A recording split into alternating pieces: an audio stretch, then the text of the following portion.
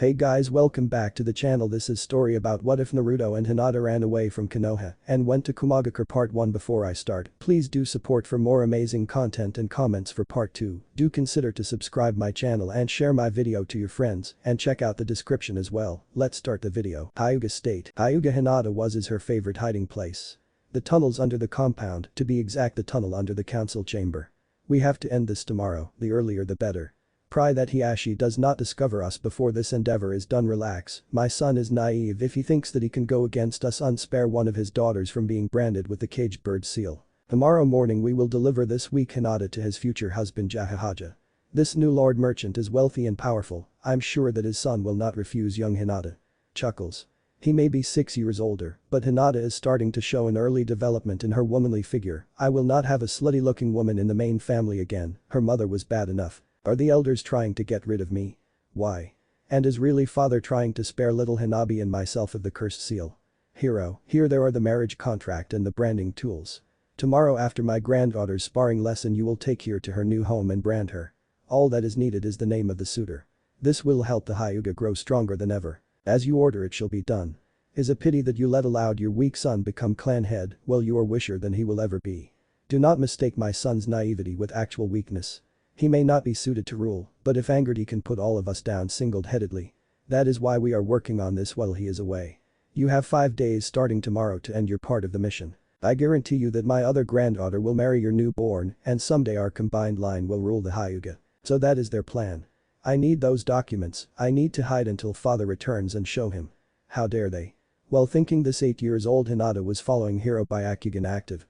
The greedy elder left the documents in his home inside the compound and left to enjoy the rest of the afternoon, sure of his future success. It was by pure luck that Hinata found the secret tunnels under the compound when she was 4. Pure coincidence that she found the only real entrance.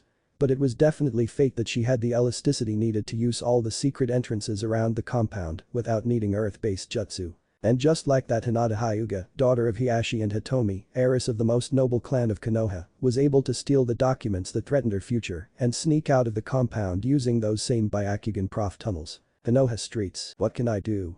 How can I avoid the Hyugas for 5 days? The Hokage. No, even if he is willing to help the moment the council discovers me they can say that he has no power over clan-related matters. Kurenai-nichan. I don't know if she is in the village or in a mission and she is a too obvious choice for me. I need someone stealthy enough and willing to help me, someone that can help me run away and hide if needed. Think Hinata think. How do you know that is able to do that Naruto? Of course. How can I forget him, if he is able to avoid Ambu or even infiltrate our compound he can help me. Ah that would be so romantic, the running away princess and the no-name orphan hero, together avoiding the evil council. Thought the young girl blushing like a red lantern. Focus Hinata. If you get caught instead of romantic escape you will have a slave's life, have you heard? Finally they are getting rid of that little demon. They are chasing him out of the northern gate. Oh boy, I heard what they have prepared for him, what a pity that I have to work right now. The Yondaime will be avenged with all our family and friends. Said a young Chunin. I don't understand, what does that kid do? Asked the owner of the dango stand in which said ninja was. You're new here aren't you? Well I can explain this to you cause there is a law forbidding it, but hear me when I said this. That accursed Uzumaki bastard is a demon. And tonight he will be no more and we will be finally free of his curse. Uzumaki. But that is Naruto. Oh Kami above protect him, don't let any harm be done to Naruto. Hinata had never run so fast like that afternoon. Don't worry Naruto, I'm coming for you. Forest outside of Konoha. Naruto was cornered in a clearing. Now you have done it demon. Today we claim vengeance for those you killed. But, I haven't killed anyone, I don't even know what you are talking about. Just leave me alone. Cried a bruised Naruto. You cannot hide monster, you will not fool us. Revenge for the fallen said an angry villager kicking him to the rest of the mob. Kill the beast end the demon skin the fox avenge the fallen, avenge the Yondaime. As the mob continued to beat the poor orphan some of them started to stave him with knives and hit him with sticks or whatever they get. Alright men, let us ninja end this said one of the clan-less shinobi staving the kid's leg with a kunai. Stop please, I don't understand. Why do you hate me? What have I done? You are killing me. Yes demon, tonight you die. Shouted a red-haired Kunoichi throwing a senbon to his face. Ahhhhhh. My eye. Good thinking girl. Now take his other eye too. The mob keep laughing while torturing the young Uzumaki. And so hard they laugh that no one could hear the poor boy crying for help. Stop. You are killing him shouted an enraged newly arrived Hinata. The mob just keep laughing and kicking Naruto until one of the ninja recognize the girl's Byakugan. Okay folks, that is a main branch hyuga. Playtime is over, just return to your homes, but first fire style. Fireball jutsu. Said this and after the needed hand sings the shinobi breathed a fireball burning Naruto's body. The mob started clapping and started leaving the clearing and the burned boy how they believed dead. Hinata somehow passed through them and kneeled down next to Naruto, embracing his broken body and sobbing. Zahahahaha. His useless young girl. The demon is finally dead. One day you will understand. Zahahahaha laughed the last aggressor leaving the clearing. Nah Naruto, sob, Naruto why you will be okay, sob, I why will heal you. And Naruto, do not surrender. You never surrender. I will heal you, sob, you will be okay. Please Naruto. Naruto. Cried Hinata. Even if she knew that it was useless she tried pulling back his bones, she covered his wounds with her bombs and with leaves. All this while crying her heart out and shouting for help. Doing everything she could think of as tears poured down her round face. Then blood and red chakra started oozing from Naruto's wounds enveloping him and burning his clothes and the leaves, but not harming Hinata. Hinata didn't care, she kept hugging the boy he admired so much and crying for his life. In the same forest, Filler B was returning home from a solo mission when he heard the heart-pressing cries of a young girl asking for help. He headed that way when he started feeling a really chilling aura. It was not chakra, this was different and it was like the forest around him was grieving with the girl. No animal move or noise, no wind, no breath. The only sounds were his own steps and the distant cries of help. When he arrived to the clearing he saw a pupilless wide-eyed girl crying her guts out hugging a blood-red thing in the form of a body. Help him Shinobi-san. Please. Help Naruto-kun. Don't let him die here. As he stepped closer to the couple he felt the power in the red form, it was nearly undetectable if you were not near him, but there was a breathing live surrounded by power, so focused that it was nearly impossible to detect it. Hinata saw the Kumogakure hit I-8. She remembered what happened to her when she was 3 years old. But that was a little price for Naruto's life. There was nothing more valuable than Naruto's life. Shinobi of Kumogakure hear me out. She shouted. I am Hinata Hyuga of the Hyuga CL clan. I am the girl your people tried to kidnap 5 years ago. He hear me out. If you promise to take Naruto and Mio out of here. And to heal him, I will willingly go to Kumo. And I will make sure that Konoha does not blame you. But first you need to heal Naruto. I know that somehow he is alive in there. Shouted Hinata. Yo calm down little girl, let me see what's the thrill said B kneeling down and touching Naruto. The very moment he touched the red body he felt pain like never before in his fingers. B. That is a Jinchuriki like us. Somehow the Biju is protecting the container. We need to help him. Worry not little girl, I'll do all I can to help him. I'll take him to Kumogakure where my brother the Raikage will do all he can to help him, but I can take you no. You must take me. I need to be with him, please Kumo-san take me with you. I will die without him he is my hope and strength. I'm nothing without him. I have a marriage contract in my bag that frees me from the clan. The elder tried to marry me to a noble son behind my father, the clan heads, back. With all their signatures in the contract I will be free as soon as Naruto sings it and another person sings it as a witness.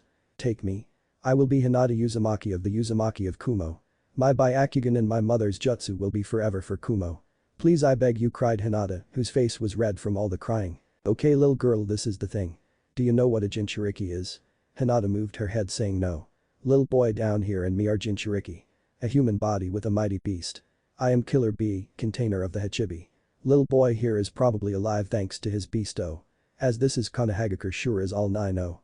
Do you understand what I'm talking about? You can kill a tailed beast but keep it in a body bound. Little boy and me are the cage you understand. Not the demon keep inside in the flesh of a man. So that is why everyone hates Naruto. Because of the nine-tailed fox. How can they be so stupid? He is not a demon but a hero how keeps the beast at bay. I am sure that I love him now. He is like the never-surrendering hero of a story. I will be with him forever. He deserves all love he can get. I will make sure he has it. I understand. Naruto is a hero. Please take us with you. Alright little girl don't be afraid, you're gonna see the power of the 8. Said that 8 chakra tentacles appeared from his back enveloping Naruto as he picked Hinata and her belongings bridal style. Filler B with the 2 kids disappeared in the night on his way home with all the sped he had. Later that night, Yo Hinata. I think we should try to contact with Naruto. You see somehow Naino has made a chakra cocoon around him and is trying to heal him. Maybe we can help. But for that we need to contact them. I'm busy running top speed, how about you and Jayuki try hum? You know. Old Hachibi and you go and try to speak with them. Naruto will welcome a known and friendly face yes. "Oh okay, how do Jayuki-sama and I do that?" answered a nervous Hinata. "Just relax girl, my chakra will pull your consciousness in my mindscape and then I'll will lift you to Naruto's." Following B's instructions, Hinata closed her eyes and relaxed as much as she could. When she reopened them she was in front of the Hachibi. "Welcome young girl. Don't be afraid, let me lift you and we will go to your little friend's mind in no time." "Thank you Jayuki-sama, thank you for helping Naruto," said Hinata as the Biju's tentacles lift her to his head. "Such a sweet girl Jahaja. The Kyuubi vessel is fortunate to have friends like you." Her vision became blurry and when she focused her eyes again she was in a new place. A sewer-like dark corridor with a giant door at the end. There, in front of the door and floating in the air just above the water was Naruto, enveloped in a cocoon-like red substance. "Who are you?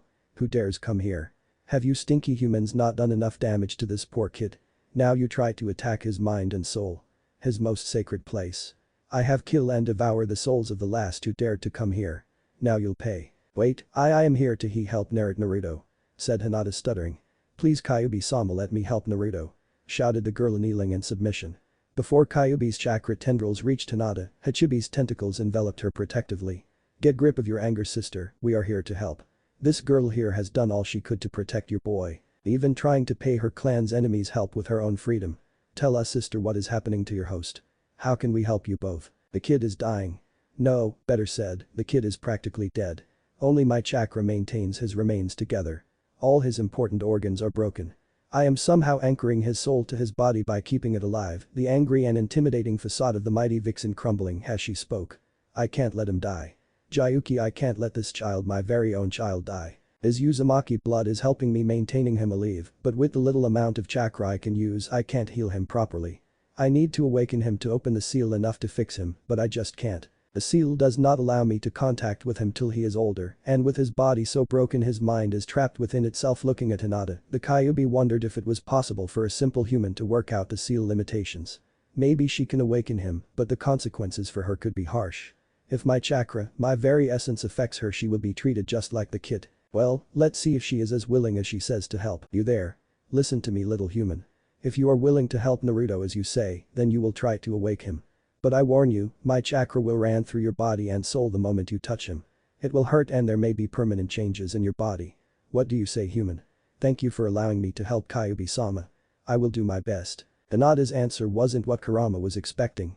To say the truth both Biju were completely stunned from Hinata's honesty and willingness to help Naruto no matter the price.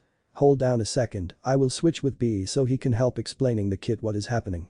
Do you think he can help you awaken the boy?" "No, he has too much chakra for the seal to not recognize him as a harmless guest, also he has your chakra." As soon as B arrived into the mindscape Hinata tried to awake Naruto.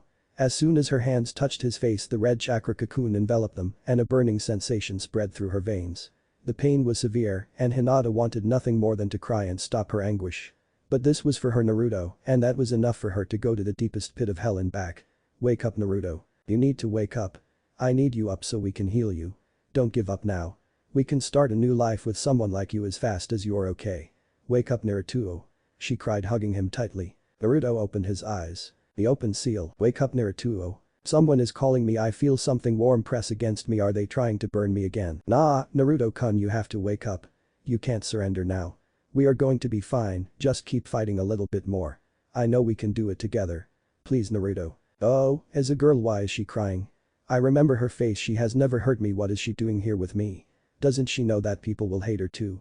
Naruto thought while regaining his senses. "What is this thing I'm trapped in? Why is she holding me like this? Only people that are family do this." "Naruto. You're awake. Thanks Kami. Come on, you need to break free of this cocoon for us to heal you," she said stuttering. "Why? Why help me? Why do this arm embrace stingy with me? No one wants me, why care? Are you trying to hurt me too?" "No. Nah Naruto-kun I can't never hurt you," she said sobbing. And I care for you. You are very special for me."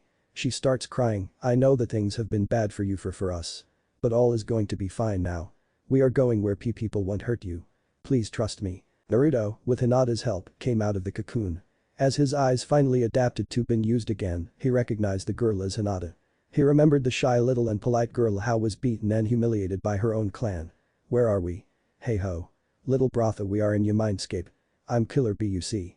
The mighty partner of the Hachibi. You are my fellow Jinchuriki, we are where the seal keeps the Kyuubi. Hee hee. Ah how is this weirdo?" Hinata, stay behind me, there is weird looking ninja here. Nah, Naruto-kun remembers my name. I am Suo Happy. Calm down, Naruto-kun. B-sama is a friend and is helping us. What he was saying is that both of you are alike. You have the Kyuubi sealed inside your body as he has the Hachibi. Why it? No way. The fox is dead. The 4 Hokage killed him, you know then what I am, you little hairless monkey. And by the way, I am female. Roared the beast behind the metal cage. What? How? Where are we? Why is the fox here? She can talk. Of course I can talk. Those beatings must have damaged your brain. Chuckles, as the girl was saying, we are in your mindscape, inside you. Where the seal is placed and we can meet each other. And before you start babbling an incessant battery of senseless questions, shut up and listen. You are here because I am keeping you alive. They are here because I allowed them to enter. Your body is not real, just a projection of your soul, which is why you look like okay. And I am here because you can't kill a Biju. So your idol, the 4th Hokage, sealed me inside of you that night 8 years ago. So that is why everyone hates me. Yes, they are so stupid that they can see the difference between the prisoner and the prison. Why me? Because you were the only one who could hold me. I am not like the rest of the Biju. My chakra reserves are bigger, also my chakra is more dense and powerful, and my will stronger. I can't not be sealed as an object like the first 4 Biju. Nor can I be sealed into someone with an already developed chakra system, so I must be sealed in a baby. There is the exception of those with Uzumaki blood, I can be sealed in them no matter the age, but only if willingly. And that tragic night I was going berserk due to a genjutsu. So when I was ripped of your mother I could not help it. I did not choose to attack the village. I only regained my senses when Minato was sealing me in you. When I promised your mother that I would take care of you, but this damn seal trapped me too tight. I couldn't do anything for you but healing your injuries. I was supposed to be your godmother, to sing you lullabies, and take care of you as my own kid. You know my mother, of course I know who your mother is. I was sealed in her for many years. We care of each other like sisters. Where is she? Did she love me? Why did she leave me? And my father? Naruto starts crying. Naruto, both of them are dead. When a Jinchuriki loses his or her Biju they die. They loved you so much, trust me that they did, but when a female Jinchuriki is about to give birth the seal is weakened. And the man in the mask took his chance to rip me of her and control me. When I recovered my sanity I swear to your mother to take care of you, but your fool of a father sealed me too tight and split me in half so you could learn to use my chakra better than your mother and also to protect you of the masked man. So he could not rip this accursed seal. Come to the cage. All of you. I will show you my memories. As the 3 humans came near the cage a tale enveloped each of them and showed them the tragic memories of that night. Why? Why nobody knows the truth of that night? Why does everyone hate Naruto-kun when he is as much of a hero as his father? Why is everyone so stupid? Asked an enraged Hinata. I guess the Hokage and the people who knew Naruto's true identity chose to hide it to protect Naruto, but if they regarded the Yellow Flash as the biggest seal master since the Uzumaki, why do they not believe in his last work? Said an unamused bee. Most humans are stupid, greedy and love scapegoats. They can't understand that I am alive and that they cannot reach me as long as I'm sealed. So they turn their anger into something they can reach, or rather someone anyways. We are out of that hellhole. Naruto, you need to break the seal. I understand the need of being sealed, and that is why Kushina and I designed a new seal to be used being fair to both Biju and Vessel. Your body is broken, so when I am free I will reshape it and fix it as good as I can. There will be changes, but it will work and I will reseal myself, understand? I understand. Naruto turned to Hinata and be hesitating before speaking again. Will you continue to accept me no matter the changes? Of course, little brother. I will always be with you, Naruto-kun. Because I love you, Naruto-kun, said Hinata, reddening to the point of nearly fainting. She loves me? I don't understand. You will have time to think about that later. Now the seal. Commanded the great vixen. Naruto, still enveloped in a tail, was lifted to the seal. He carefully picked it and ripped it of the gargantuan cage containing the Biju. Then he opened the puzzle-like lock and everything was enveloped in a blinding light. When the light receded, between Naruto and the last piece of the puzzle-like lock 2 new figures stood floating in the air. So I was right, you both sealed the remains of your chakra in the seal to help Naruto in the future, grumbled the Kyuubi. Then with a clear and authoritative voice the male of the newly arrived said. Naruto, why did you break the seal? What is happening, Kayu-chan? Asked the female one. What is happening? What is happening? I'll show you what is happening. Your idiot of a husband is happening. He bind me too tight. I could not take care of our kid properly. Hell, we just met tonight because your village full of asshole practically killed him. And the other people how were supposed to watch over him have done a pretty lamentable job. That is what is happening. Roared the fox like demon, shattering the remains of the seal and breaking free. Before anyone could react the Kyuubi jumped, latching them in her tails. 1 per guest and 5 for Naruto. I will make you see Minato Namikaze what happened when you trusted your boy. No, you have no right to that claim. Our kit to those fable humans. Watch now his memories, watch what you have done cutting me from our kit. Snarled the gigantic beast, force-feeding Minato and Kushina the memories of their son. But here is in Jiraiya and Tsunade Hiashi and his family even Tsume. How is this possible? That was not the plan, said a depressed and stunned Minato. Meanwhile his wife was trashing, trying to break free of the tail, imprisoning her while cursing everything and everyone. Snap, both of you. There is no time to waste. I am going to fix Naruto by partially merging with him. I don't know how this is going to affect him, but for sure he will gain some of my traits. What concerns me most is that I being female and him male, his gender my swap, or maybe even have both. Never mind. Minato try to regulate the chakra infusion in his body so it's as steady and calm as possible. Kushina, start drawing the new seal using me chakra. I guarantee you that I will hold your souls enough time so you can say your goodbyes to him. A new chakra cocoon formed around Naruto, and as he dropped unconscious, Minato started working and maintaining the process stable. Meanwhile both mother and godmother worked on the new seal. You're killer bee of Kumogakure of the A and B combo, aren't you? Holy shit, a ghost is talking to me. Jahaja, what is wrong with all of you Jinchuriki? It's like you are pathologically afraid of ghosts. I understand why you are taking my son and her friend girlfriend, wink, wink, to Kumogakure. We have been enemies while I was alive, but that does not mean that I did not respect you as a fellow shinobi. I don't know if you remember that time when we meet in the battlefield. Of course I remember, Namikaze-sama. Both me and my brother the actual Reikage respect you a lot.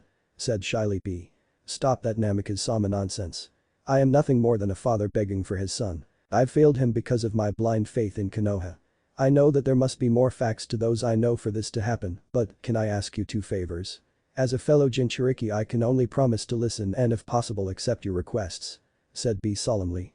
I want you to care for my son and his friend, make sure that they have a chance to be normal. I know that you were respected in Kumo as a shinobi, not as a weapon, at least when I was alive. Please help them. And even if they became Kumo shinobi, allow them to have ties with the people that care for them in Konoha. You have my word, I'm sure that my brother will honor your request in memory of the only man he ever considered a worthy opponent. Thanks B, thank you. Forgive me my lady, are you Naruto's mother? Asked the shy girl as Kushina was ending the new seal. Oh my god, you are so cute. Please call me Kushina, or maybe Ka-chan, wink wink, jahahahaja. Kushina roared with laughter, while Hinata turned red as a traffic light. Oh my poor thing, how hard have your life been? If you are willing to go to Kumo, you are Hitomi's daughter, right? What has happened to all Hiashi, Hisashi and Hitomi?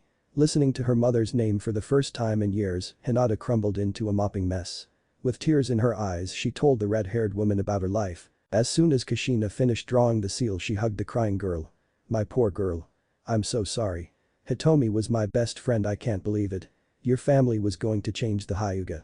I guess that your father has lost all his drive after losing so much. I hope you are happy. And if you continue to pursue my Naru-chan's heart, know that you have my blessings. As you have mine's. I really respected your mother. She was really kind and caring for a human. You have the same kind spirit. That is why I have a gift for you if you answer this question to me. Would you keep loving Naruto and pursuing him as you mate if he turns to be a she after he is completely healed? Mama mate. Hinata tomato mode on. I love Naruto as a person. I admire him because he never surrender. I hope that he or she will be willing to sing the marriage contract that will free me from my clan. I want to repay him by giving him the family that he never had. If I can't have his children, I will let him choose the father or adopt however he wants. I just want to be happy near him. I can't believe that I said that to his mother nonetheless. Oh? Babies. Oh ho ho ho. What a catch, don't you think, Nakayu-chan? A fine mate indeed. Jejejej. Listen young Hinata. I will always be with Naruto, so you want to be. Thus I have decided to use the chakra that went into your body to create a small pool of my own. Instead of physical changes you will have a chakra battery that will give you 3 tails worth of my basic chakra cloak. I will explain that to you when I do to Naruto. You will not produce my red chakra, but being near Naruto will refill you. Also you will have the basic perks, enhanced stamina, healing, physical improvement and senses. But the most important thing is that I will be able to communicate with you directly. I wish to have a family of my own, thus I need you for that. And don't worry about having kids with your mate, zhuzhuzha. Naruto is becoming the first human hermaphrodite, zhuzhuzha. I guarantee that the body changes he is having don't affect his gifted assets, jahahahahaja. The mighty vixen laughed while Hinata turned the same shade of red that Kushina's hair. A few hours later the chakra cocoon started to move. With everyone looking, the new Naruto emerged with its peculiar body.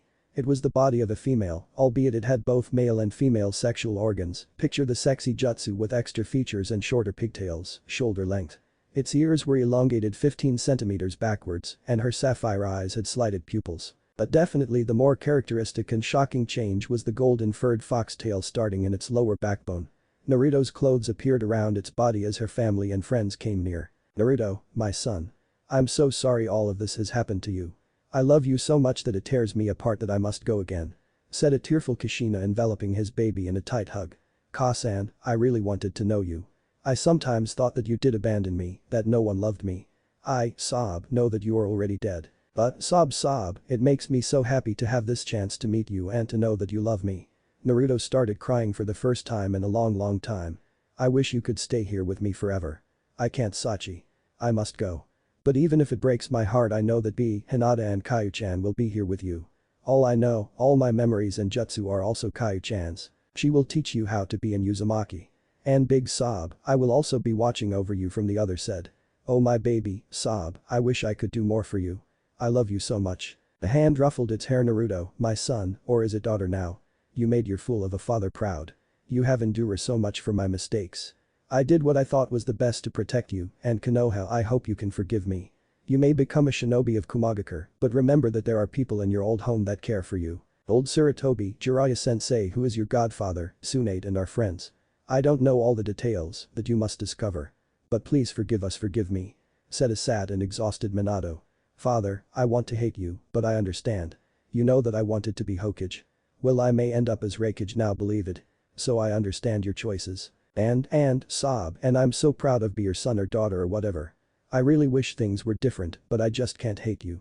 So you are forgiven." A tearful Minato joined the family hug.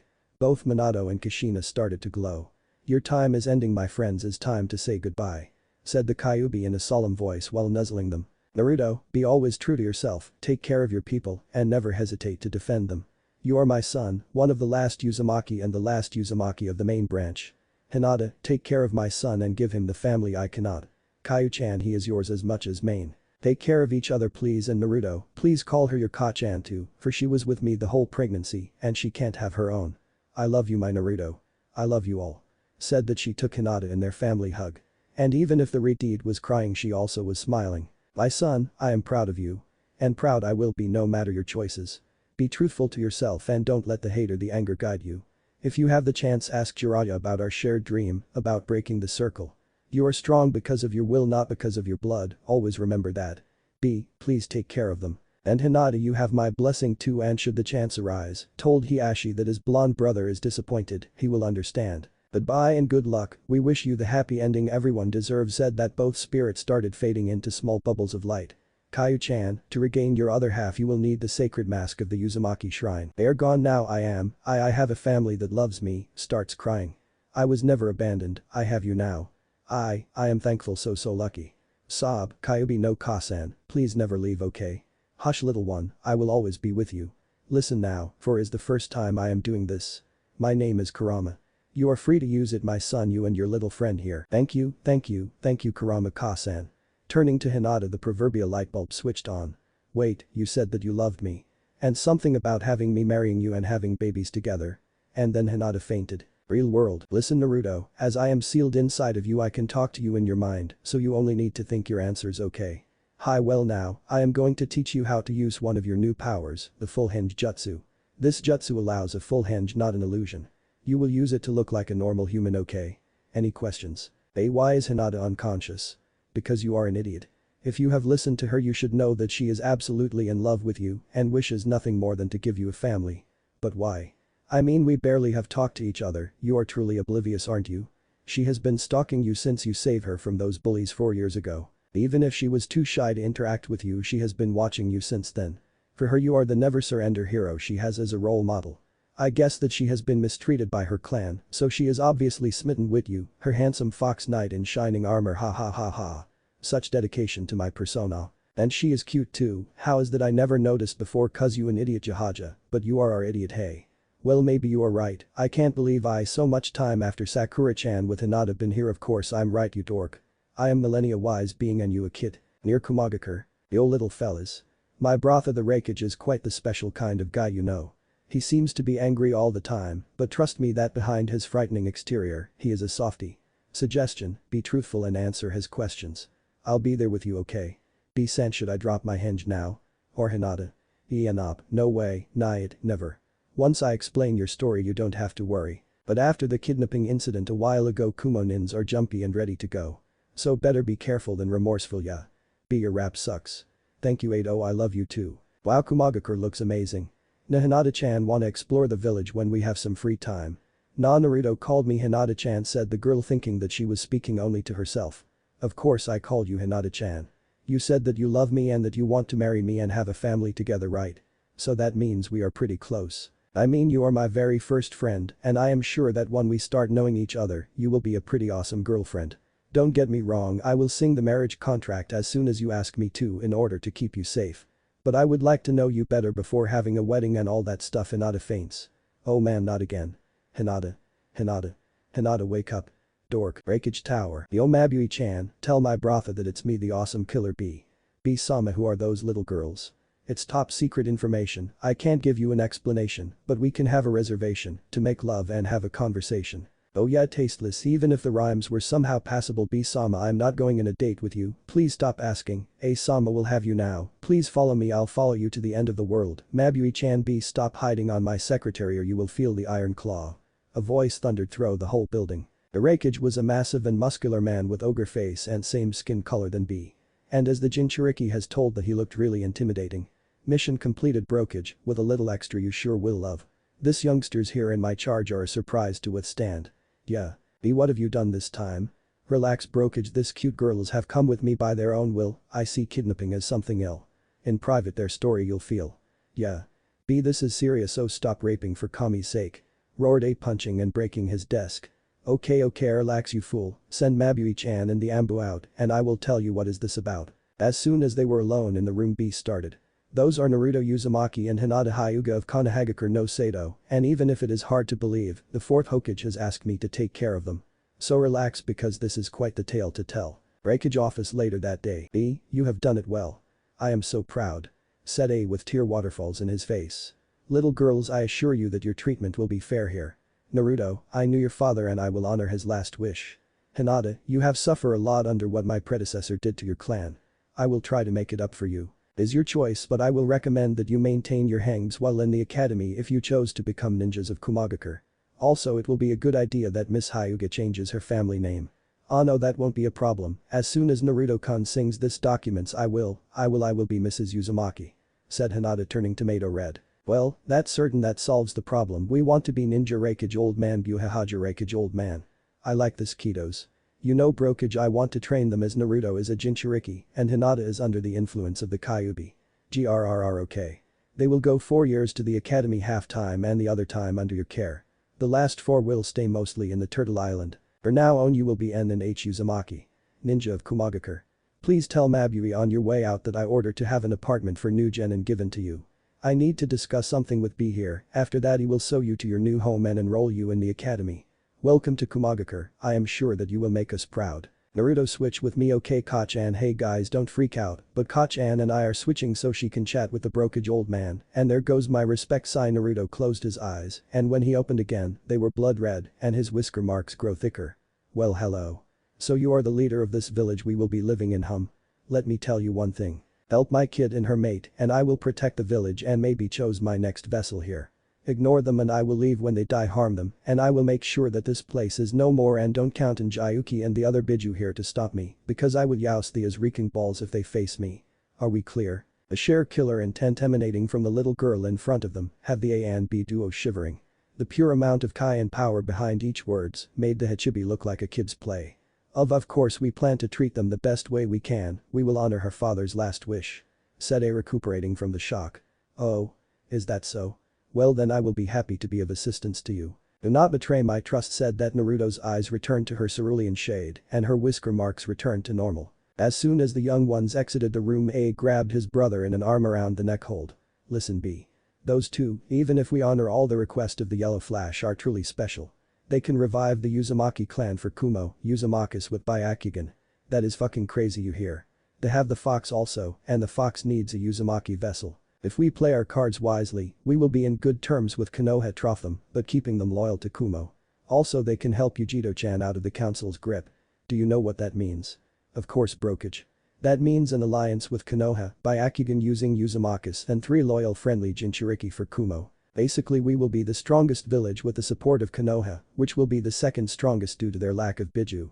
Released his hold on his brother. Exactly, and it is your mission B to ensure that they feel welcomed and grow attached to us. I can treat them as family, but I am too busy to pay them enough attention. You will be there for them and use them to fix Yujito-chan, understand? Crystal clear, bro. Be their new family, which I was already planning on, guide them to be the best Kumo ninja ever. Got it. While B exited his office, A could not help but to smirk. We were tied before. But thanks to those Konoha fools I have now not only this kiddos, but also the perfect weapon to overrule Kumogakure Council. Those old fools that are putting pressure in me to continue with the kidnapping program will have to shut up or I let the Kyuubi at them. And by the way, we will take Yujito out of their hold. Olive is good. Konoha Hokage office. Here is in Sarutobi, Sandaime Hokage of Konohagakure no Sato, Kami no Shinobi, was nervous. It's been days since the last time he heard complaints about Naruto. And that was really odd. Old Sarutobi then sit down in his chair and used his crystal ball to try to find his surrogated grandson, a bad feeling keeping him company. 2 hours later, worried Sarutobi called the Ambu. Find me Naruto Uzumaki, this is an urgent matter. I want him here ASAP, the security of our very own village is in risk. Dismissed. 2 hours later, past midnight, Dog and Weasel appeared in front of their leader. Hokage-sama, we have found the most disturbing news about Naruto's whereabouts. It looks like that 2 nights ago he was pursued out of town and tortured. We did not find a body in that place. We have returned to inform before keeping investigating. That was a wise choice you made, Dog, especially knowing of your attachment to young Uzumaki. Alert Tsume and the Inyazuka clan. I want them looking for Naruto, and also I want everyone involved arrested and sent to me, to the council chamber tomorrow at 9 AM. Have someone call a council meeting for that time. Make sure that everyone is collaborative to this investigation. Dismissed. That was not the grandfatherly Hokage everyone grow accustomed to. That was the Sandaime, and behind his commanding and calm demeanor was an angry old man capable of bringing destruction to the very village he was ruling single-handedly. Minutes later, Hiashi Hyuga entered the office uninvited and desperate looking. Sandaime-sama. Sorry for the intermission, but my eldest daughter is missing. I have my whole clan looking for her, but we can't find a single clue about her. Damn you, Minato, damn you for making me Hokage again. Damn this hat. Damn this village. Damn its people. Curse the old Hokage, frightening the Hyuga clan head. Ambu. Add Hinata Hyuga to the search, she must be found also, and I suspect that both disappearings are connected. Return to your house, Hiashi, tomorrow we have an emergency meeting at 9 o'clock in the morning. Be there. Dismissed. Hiashi wanted to ask more about the situation, but he knew better than to refuse an order from his enraged leader. The Konoha council room, next morning. Hiruzen Sarutobi was waiting for all the members of the council to take a seat and shut up. His scowling face hid in the shadows of his hat. Hiruzen, what is the meaning of this sudden meeting? Take a seat and everything will be explained. Ambu Commander Dragon, whenever you want. Hi Hokage-sama. Said the dragon mask Ambu. 3 nights ago one Uzumaki Naruto was chased out of the village and beaten out to an inch of his life by several ninja and civilians. Hyuga Hinata was spotted in the crime scene and now both kids are missing, possibly dead. The civilian part of the council started cheering. Silence. Bring me the prisoners. Following his orders, Ibiki Marino entered the room with some shinobi in handcuffs. Sorry Hokage-sama, but there were too much prisoners to bring all of them here, so I have chosen the highest ranking shinobi. Thank you, Ibiki. Now explain to me what you have found. 3 nights ago a mob of civilians and shinobi alike chased young Uzumaki out of town and tortured him to death. When they leave, the kid was barely alive and young Hinata was trying everything she could to keep him alive while screaming for help. That is the last thing known of both of them. Well, that is a pity for your daughter Hiashi, but if she was trying to help the demon, I say that she deserves whatever has happened to her. I hope you find her soon and alive. Said one of the civilian council members to a furious and trembling Hyuga. Before said clan head killed someone, Hiruzen spoke again. I want them found and returned ASAP. Now give me the list of the participants. The enraged Hokage read in shame all the names of all the participants. After giving the list and making sure everyone in the council had read it, he ordered. Ambu, behead everyone in this list. Then those their bodies at the door of this very own tower and mark them as traitors. The council room exploded in a cacophony of yells and shouts. Silence. Silence, I said. I don't care if they are friends of some members of this council, I give a damn if they are members of a clan or if they are family to Kami-sama herself. I have ordered a cleaning of traitors and that I will have undertanned Hiruzen. You can't do this. Said Elder Homura. Says who? Last time I checked I was Hokage. But you can do this, my son is in the list. I will have the daimyo know about this. Sarutobi and the third Hokage started laughing. His cold sarcastic roars of laughter spoke to everyone at the room. You don't understand, what are you talking about? Due to the doings of this people in this list, our village is in danger.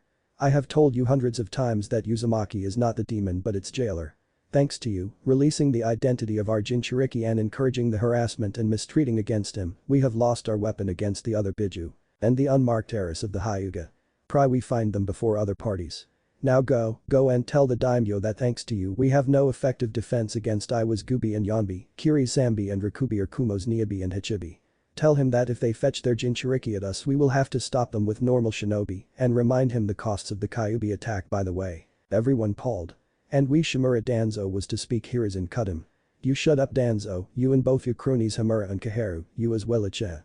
Thanks to your votes the civilian side of the council has won every single argument about young Uzumaki. Just because both you and Fugaku wanted him as a weapon to your own agendas.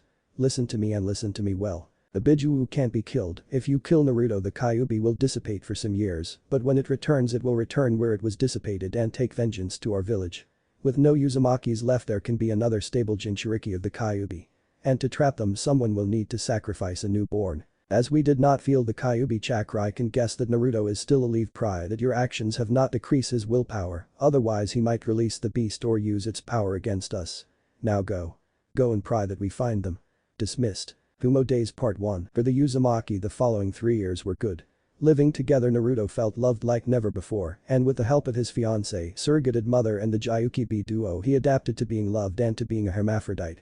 It wasn't unusual to hear him referring to himself as male or female without a clear criteria. Following the teachings of the Kurama Koch and Naruto learned a Fuin Jutsu, as well as the Shadow Clone Jutsu and Wind and Lighting Nature Jutsu. Naruto developed a new form of ninjutsu based on that of A and B, it was called Armed Ninjutsu, and was a combination of changing weapons via Fuinjutsu, with chakra affinity applied to those weapons, and Naruto's own twisted and unpredictable movements of all sorts of taijutsu she was taught. Making her a really hard opponent in a close to mid-range quarters. The design on her tattoos, full of hidden Fuinjutsu seals, was that of diagonal tiger strips in the outer side of her arms and upper side of her tail, and in the inner side and lower side, a spiral-like stripe going the full length of the arm or tail ending in a circle in the palm or the rip of the tail. There the foxy blonde stored tons of weapons ready to use. Hinata, without her clan to hinder her, studied the scrolls of her mother and also the scrolls with the main branch Hyuga techniques. With the help of A and B, she realized that the Hyuga prize Juken was flawed. For starters it was only easy for those with earth affinity, and even if fire affinity ninjas could manage, water, wind and lighting affinity ninjas feel it too stiff to be comfortable to perform its forms. Hinata's mother Juken, the Juho or gentle step, was water-based and easier for Hinata. But both of them were incomplete. They were the previous step to each element ninjutsu, so with the help of the Kumo ninjutsu masters, Hinata developed her own terrifying style, the gentle ninjutsu. Only gentle in name. In that time they make good friends in Kari, Amoy and Samui, as well as in Yujido Nai and her Matatabi the Niabi Biju. They spent the last 3 years of their training in the Turtle Island, learning to use their new powers. Kurama admitted giving both of them lightning affinity apart from their natural one. Naruto learned to use his first, second and, unique to the Kyuubi, third level chakra cloak, as well as the full Biju form, but was unable to learn the Bijudama. Hinata, with Kurama's help, unlocked the next level of the Byakugan. Thanks to Kurama's ancient knowledge she teach the ex-heiress about the first Hyuga. And about the Shuriken, the true wide eye, the truth-seeing eyes. Those eyes allowed its user to see farther and with more precision than the normal Byakugan, and also allowed color vision and all kind of chakra detection. Also it did not blind spot.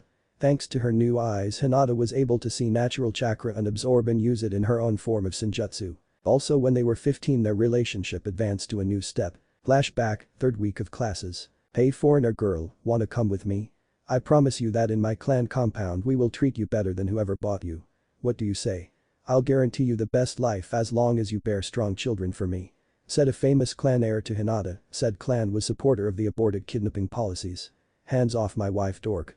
Or you will lose them. Dahahahaja, and why would I listen to foreign trash like you blondie, besides what is the use of having a kidnapped breeder wed to a wanton girl like you?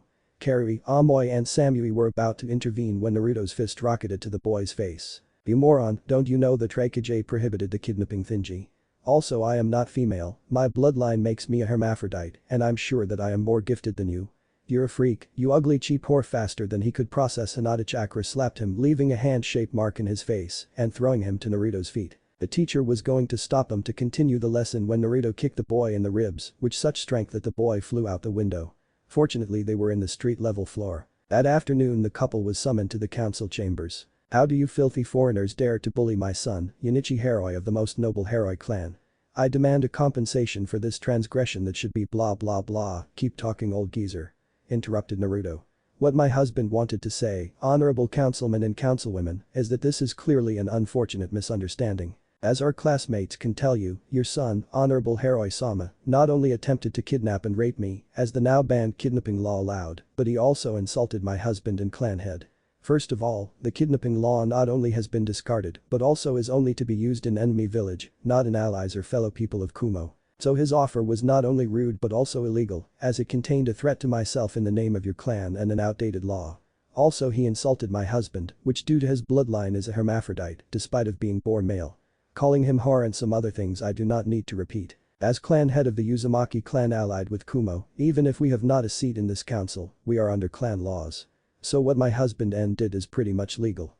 Would you beat up someone who dared to try and rape your wife and call you a prostitute, or would you not? Aside from that, and taking in account and condition, I would say that his punishment for this transgression was far from severe," said Hinata to the councilman, while sending a knowing glance to the Raikage, stating that the Kyuubi was far from satisfied. "Well, young H is right in all she said, something more to add.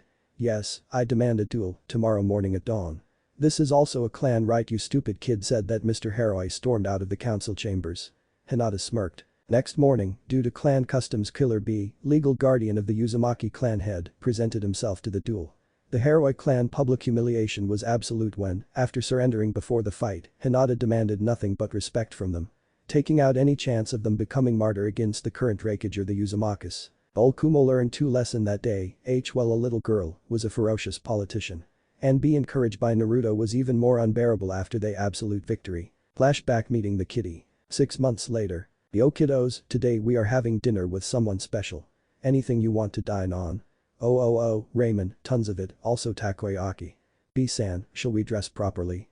"Nah, H, don't worry yourself. It's just the three of us, the brokage and our guest." Later that night the Uzumaki couple meted the Ujido Nai and Matatabi and tons of sushi. "Well, it looks like every Jinchuriki has its food quirk." "What do you mean, H-chan?" "I have no such thing, see, I am trying everything in the table. B and N-kun also are doing the same." Well, that it's true except for the mountain of empty sushi boxes behind you, same with takoyaki and B or ramen and N-kun," shuddered Hinata. "Well, even if it is true except myself, all of you have food quirks, H-chan. You seem to have cinnamon bun and ramen addiction," said A. "My bun addiction is a long story related to my deceased mother, having then gives me this good nostalgic vibe. My ramen addiction started after being under Kukurama-sama's influence. So it must be a Jinchuriki quirk. Nyujido-na-chan, wanna hang out with us when you in town?" "It's not a good idea. No one knows you are a Jinchuriki yet and I am not well viewed like B-san." Naruto rubbed the back of his head.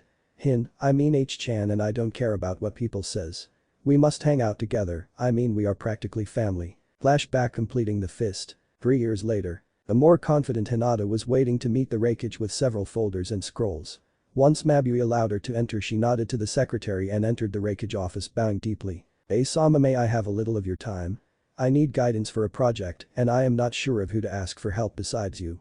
Smiling fatherly at the young teenager, the powerful man motioned her to come closer. "Tell me, H-chan, what can I do for the most promising student of the academy? I heard that you have even helped your friends develop their skills and organize tutoring and private lessons with Jonin outside the academy timetable. Of course I have time for such a shining start. You praise me too much, Sama, it is mostly N-chan's doings, I just make sure that her ideas are well organized and well executed." Dahahaja, always shy and competent H-chan. "And drop the Sama, we are family.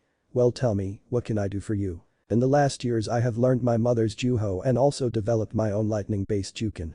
But looking at some of the most advanced techniques of the main branch of the Hyuga, the whole Juken and Juho styles, as well as what I know about ninjutsu, started the Blue Net opening various scrolls, as well as her folders full of notes. I have theorized that the Hyuga styles are nothing but a previous step for ninjutsu. Is like all the basic Juken moves are the base for earth-based ninjutsu.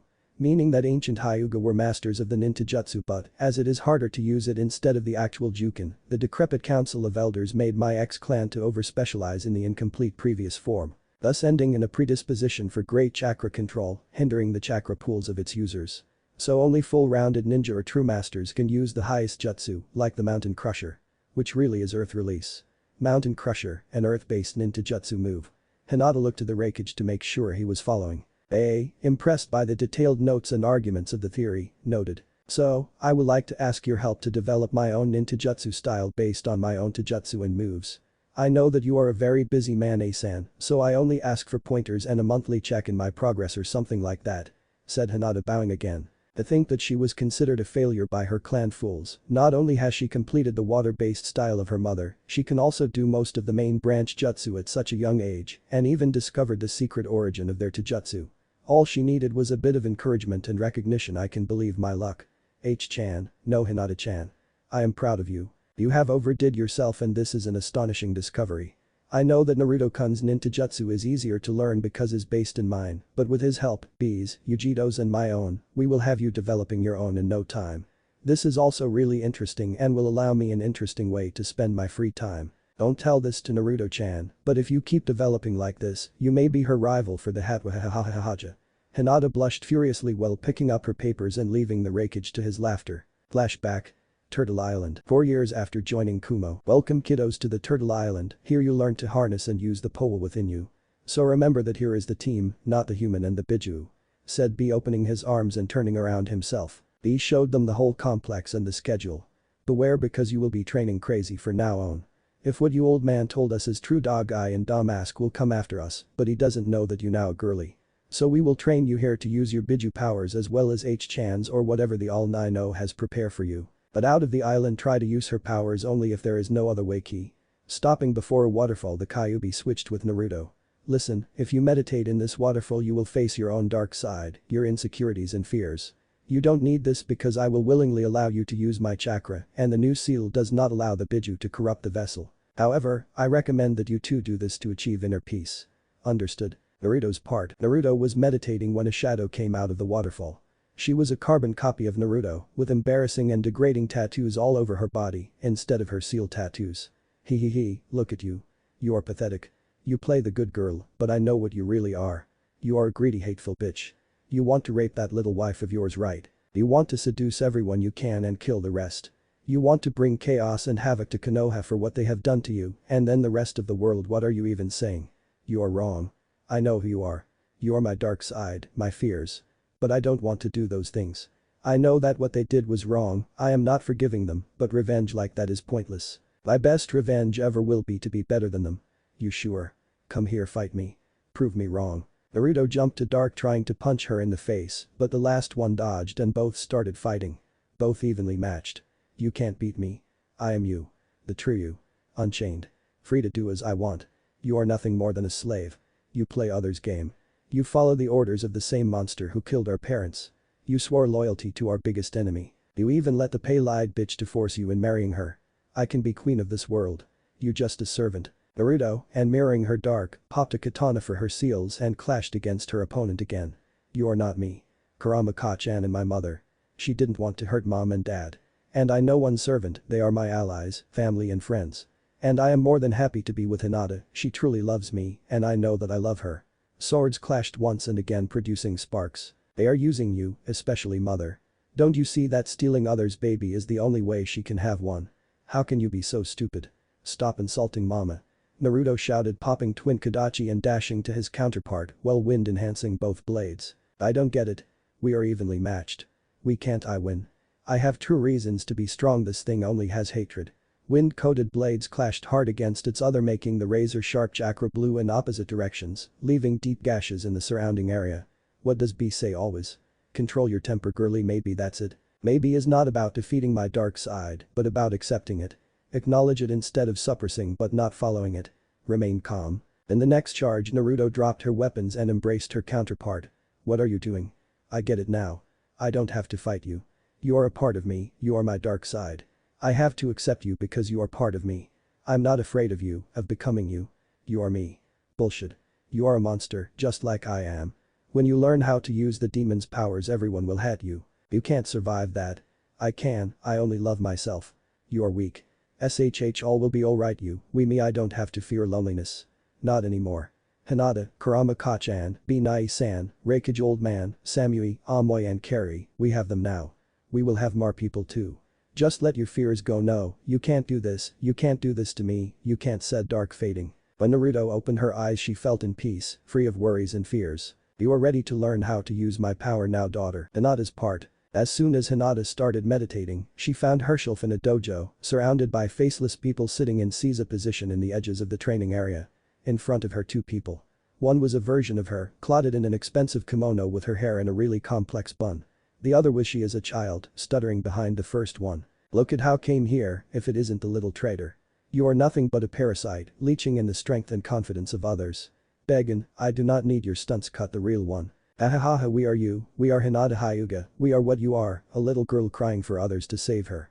We are what you could have been, the princess of Konohagakure. No, Beggin, you are not me. Cut Hinata again. You think that because you are in Kumogakure now, because you are married, that you are different. You still are the little Hinata Hyuga, nothing more than a pitiful little thing, a failure. You only get away with things because you are pretty. Sure that your husband-wife thing only wants you for your body.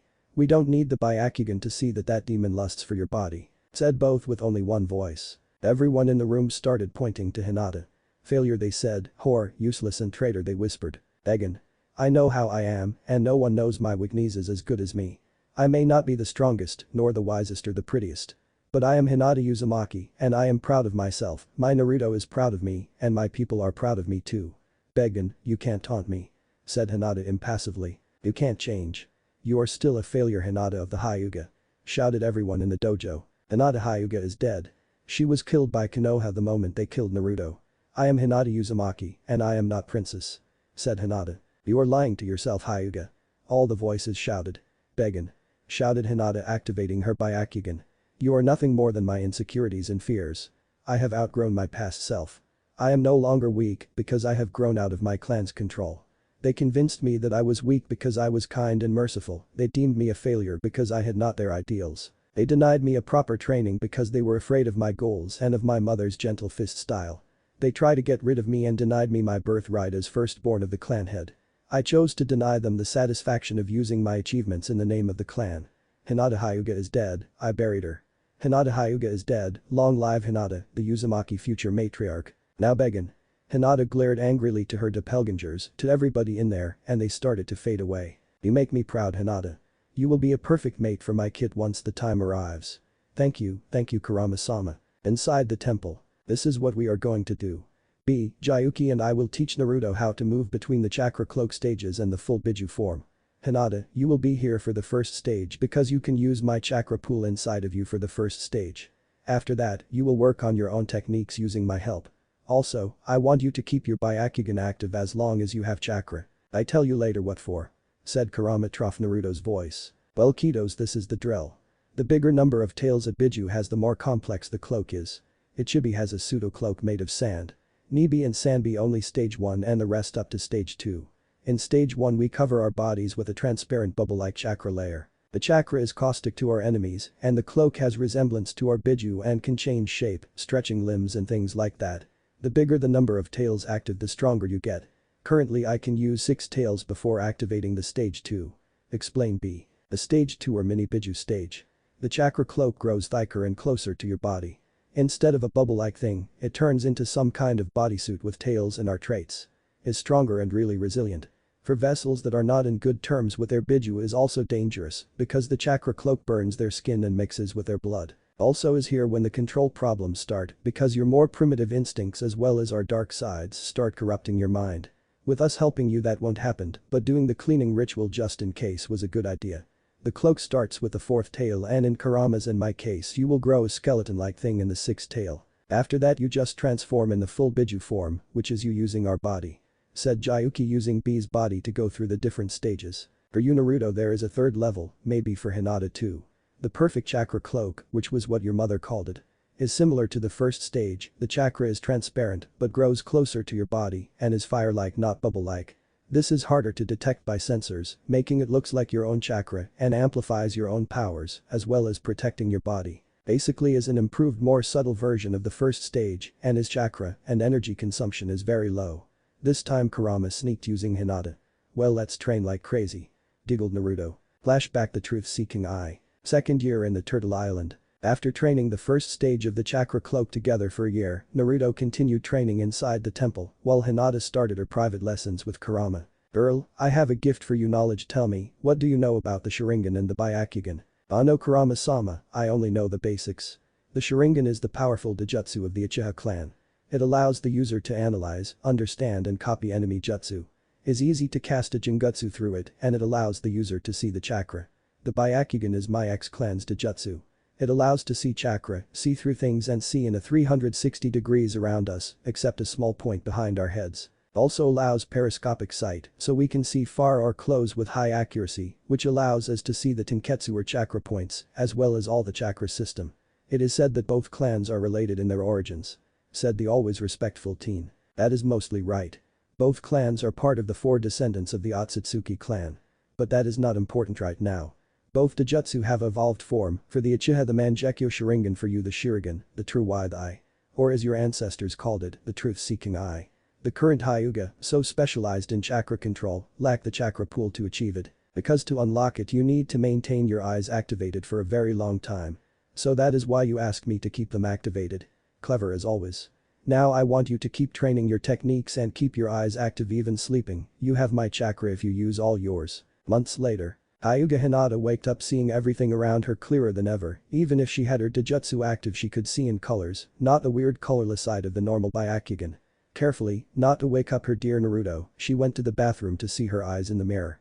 Both her eyes were completely wide and a little shiny. This was not the pupil-less eye she was used to see, the eye was like a pearl. So you finally awakened the eyes of your ancestors, good my girl, Kurama's voice whispered in her mind.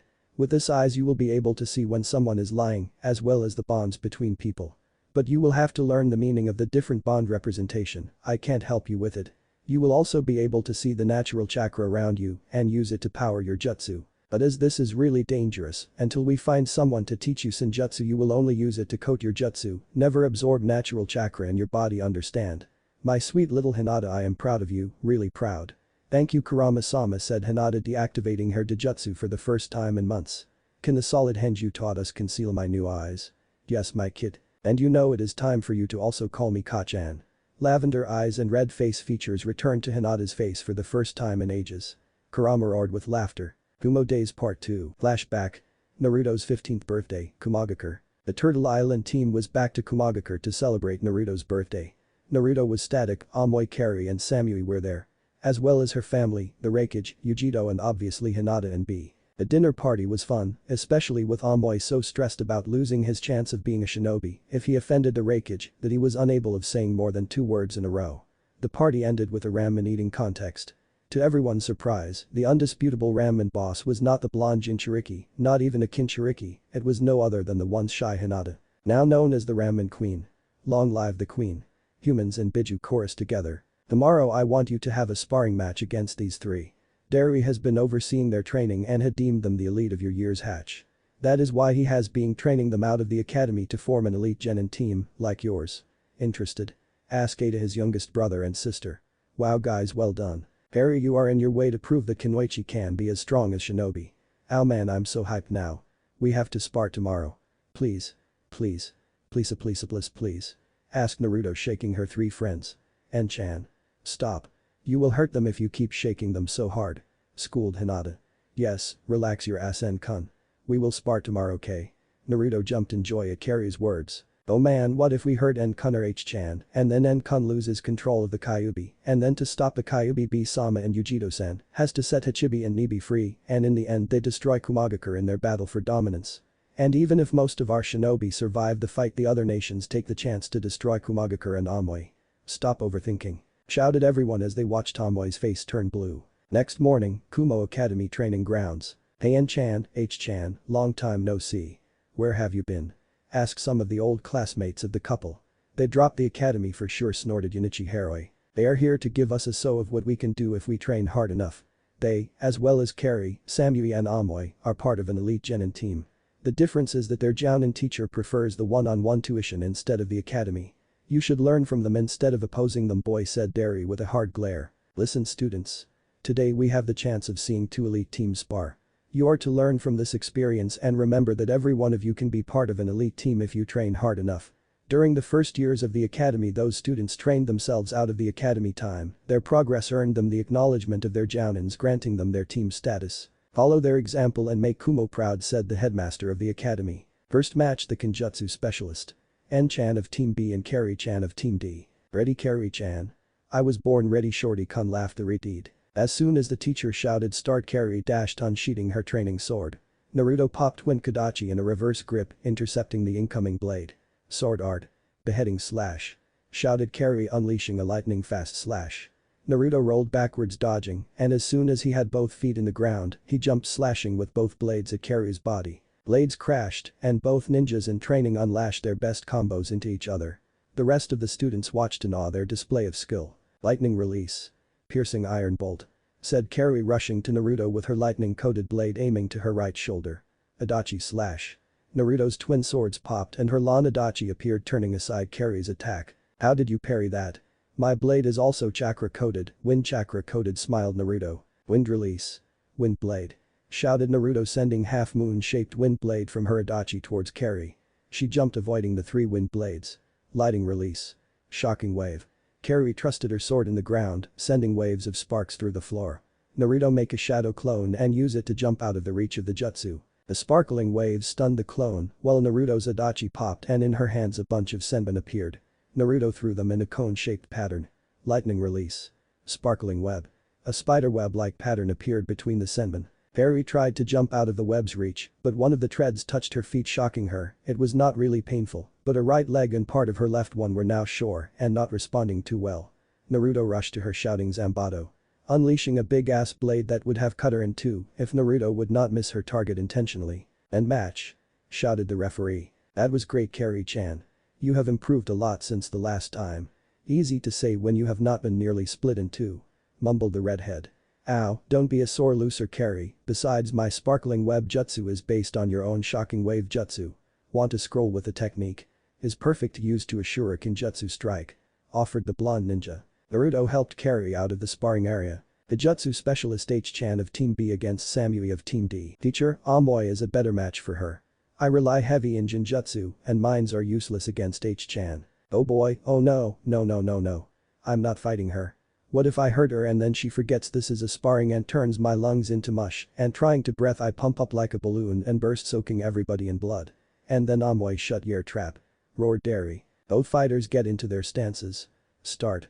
Amoy rushed with a down slash trying to reach Hinata's feet, but she graciously avoided.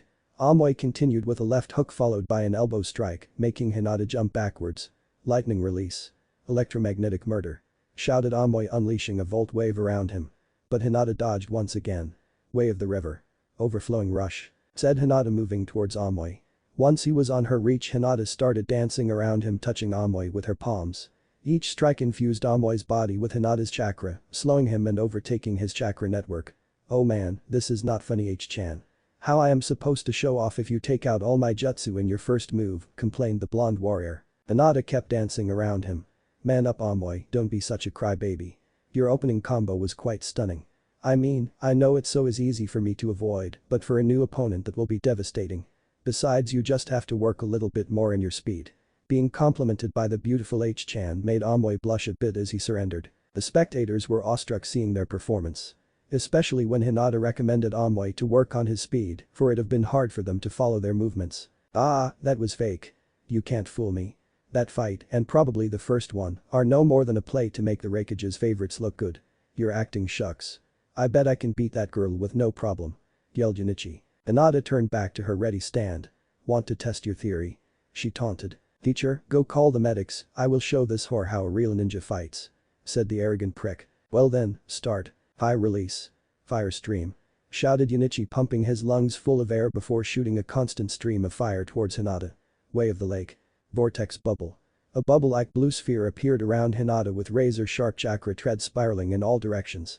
The protective chakra shell stopped the fire jutsu with no effort. Once Junichi ran out of air and mostly of chakra, Hinata stepped out of her shield and yelling way of the waterfall.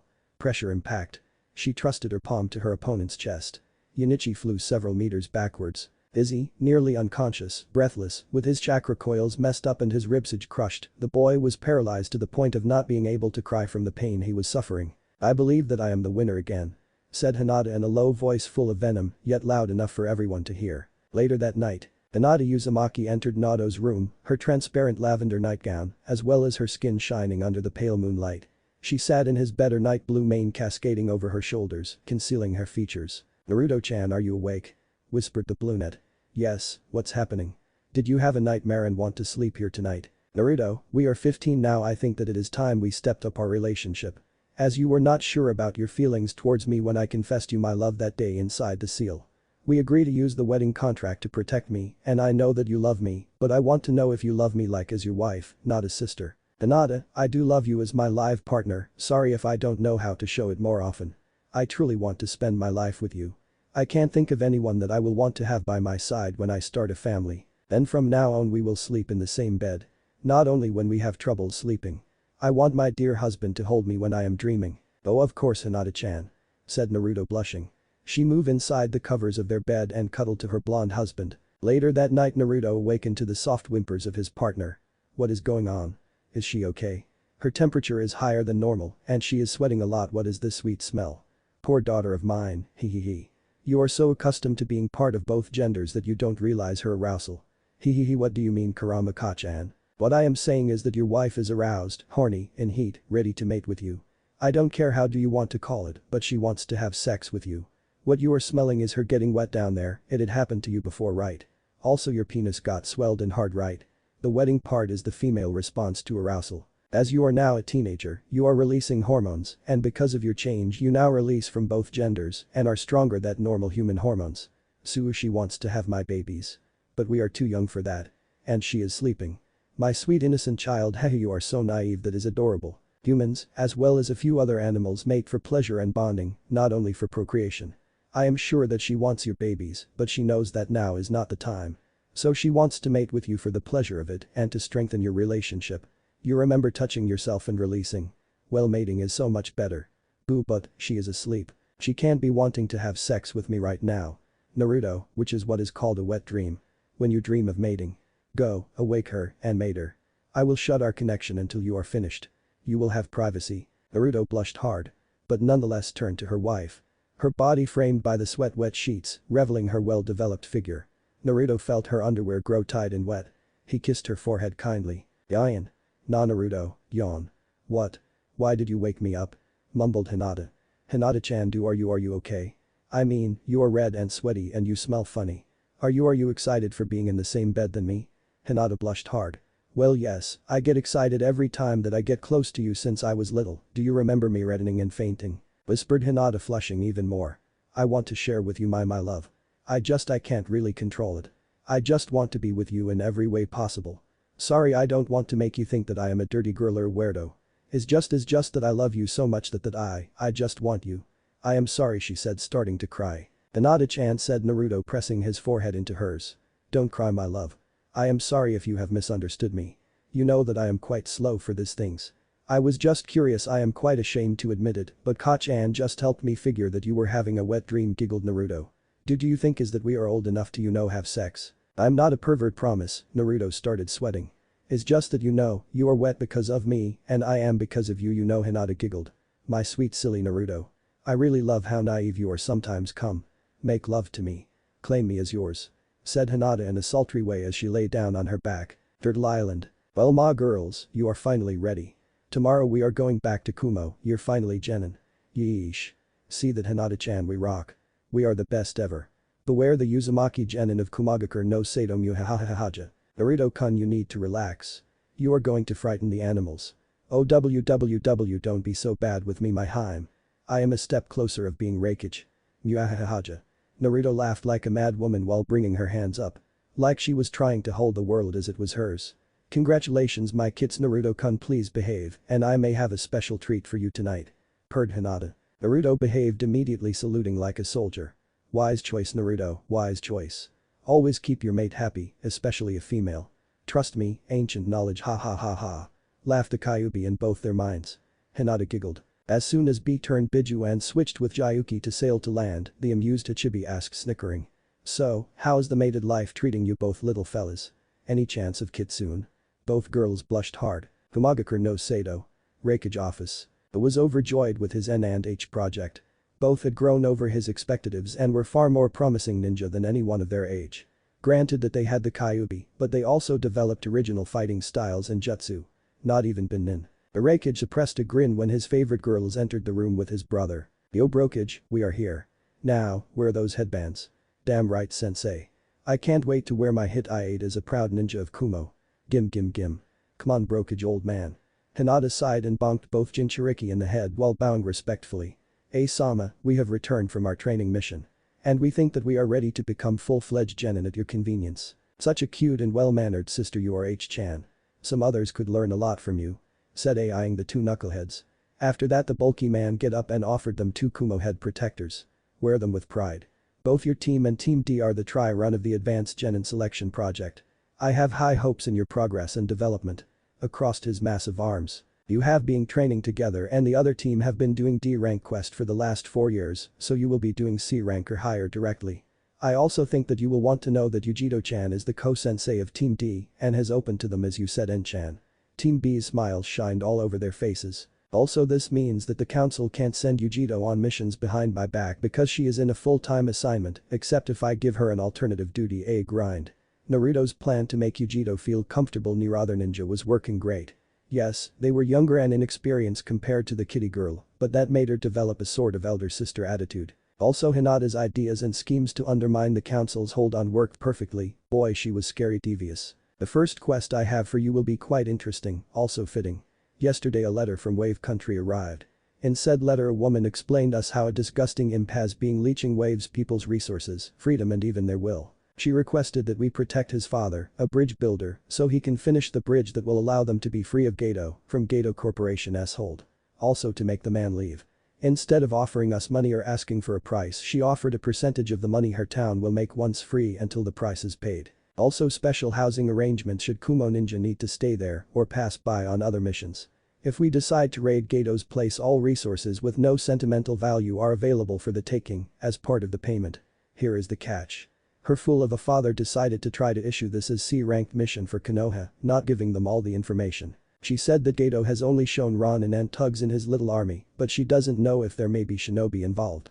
As such you are to take this undefined ranking mission. Said A seriously while retrieving a scroll from a drawer on his desk. What about the Konoha ninja? Asked Naruto. If they accept the quest just cooperate, if they discover you two just let them leave. If they try something I let you choose your response. Limitations? Asked B. You are the team leader, but you are to let N and H make decisions, just guide them. Also Naruto, no Kyuubi farther than cloak level 1. Also no Kyuubi in front of Konoha. B you can go full power if things go wrong you hear. A-sama, any recommendations about how to deal with Gato? Do as you wish, but I will try to collect evidence of his crimes if he has some and then terminate him. It would be good idea to justify his execution. I have the feeling that the little bastard is a deceiving greedy mongrel. Hinata nodded at the suggestion. Leave when you are ready. You'll do fine. I am sure of it. Said the Raikage motioning them to leave. You hear the boss girls. Pack and go.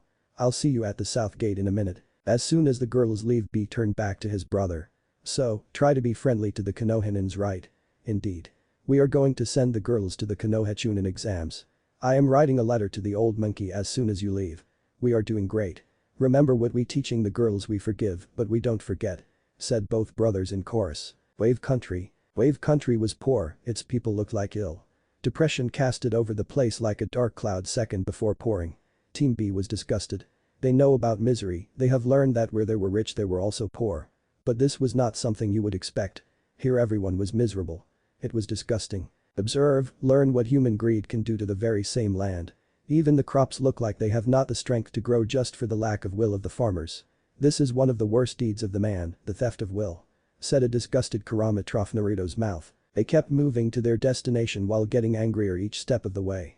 If that Gato man was the reason of this, he was a dead man, he just didn't know it yet. As they arrived to the client's house they heard a dog barking. B rang the bell in the door and they waited. Sakura-chan, Sasu come here.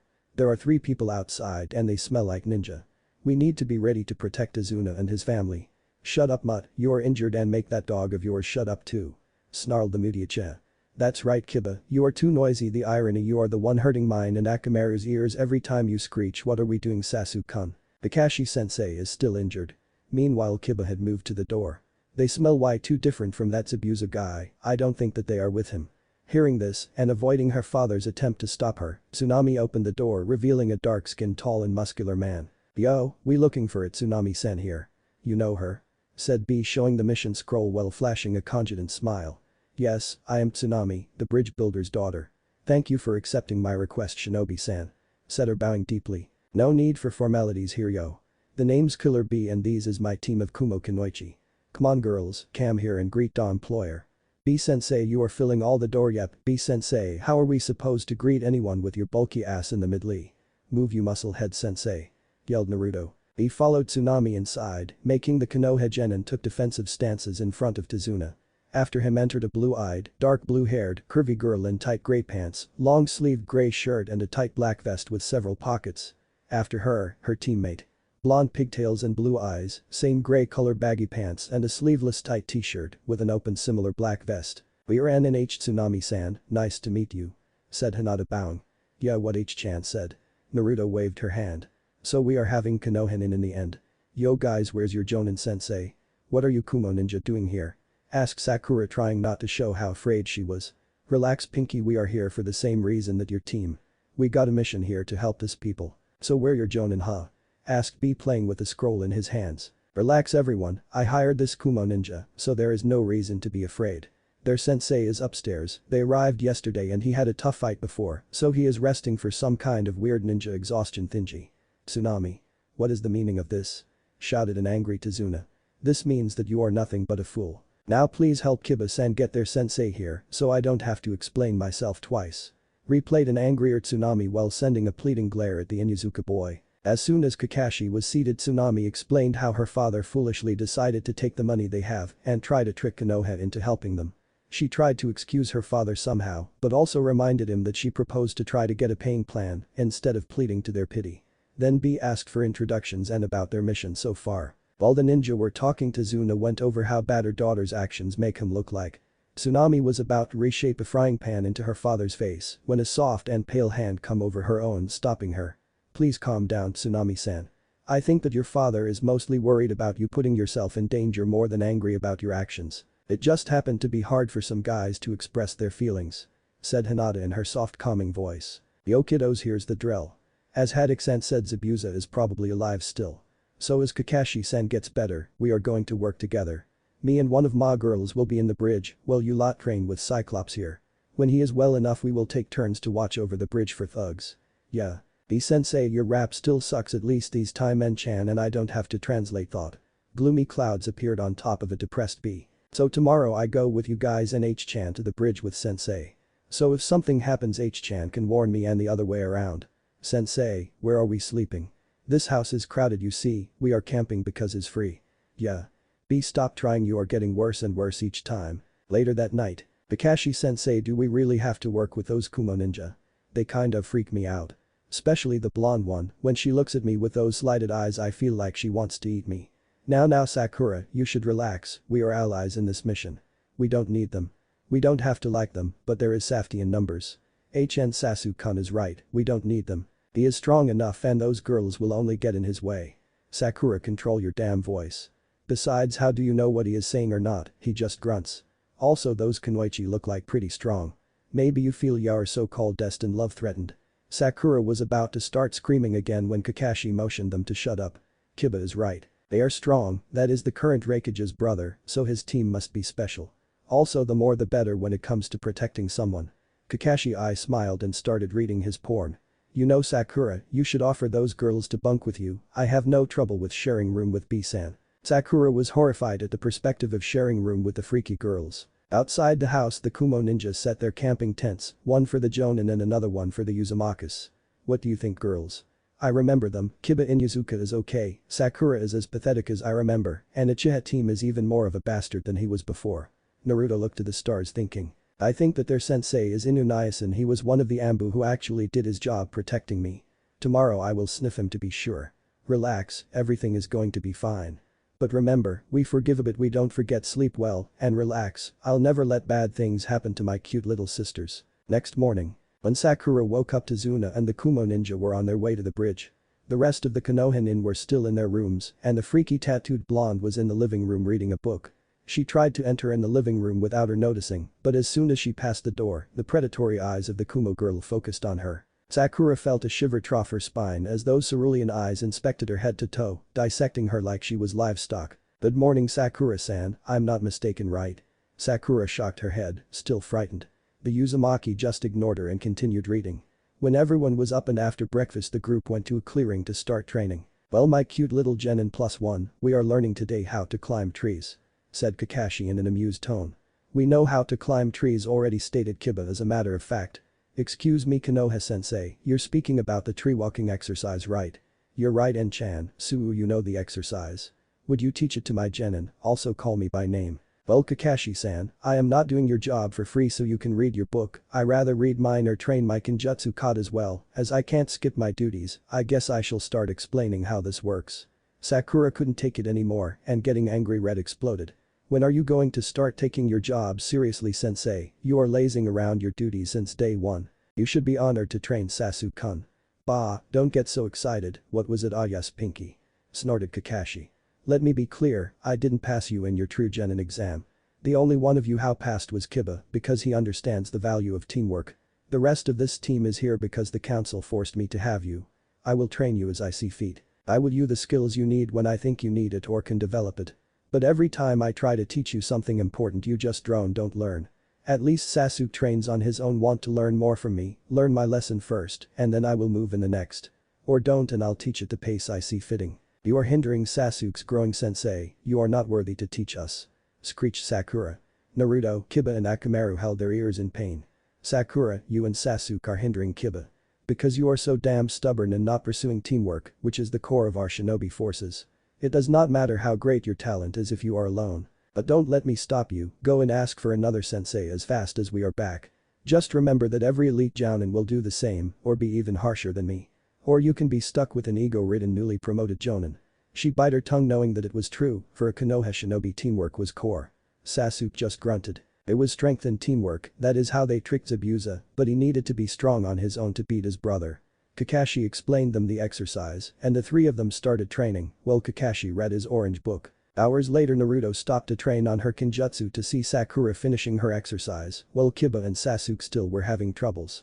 Seeing both of them having one of the problems she once had, the Uzumaki drew near to them to offer advice. "Want advice guys?" Kiba, who was panting hard, looked up to her smiling. Uchiha just ignored her. "Yes please, I don't get what I am doing wrong, it shouldn't be that difficult." "And you Uchiha?" Sasuke grunted. "Excuse me?" Don't get worked over his speech, which is just him being him. As Sasuke was not getting near her, Naruto motioned Kiba to follow her. "If his highness is so high and mighty to ask for advice he deserves none, so he will not spy it when I give it to you," said Naruto while walking away.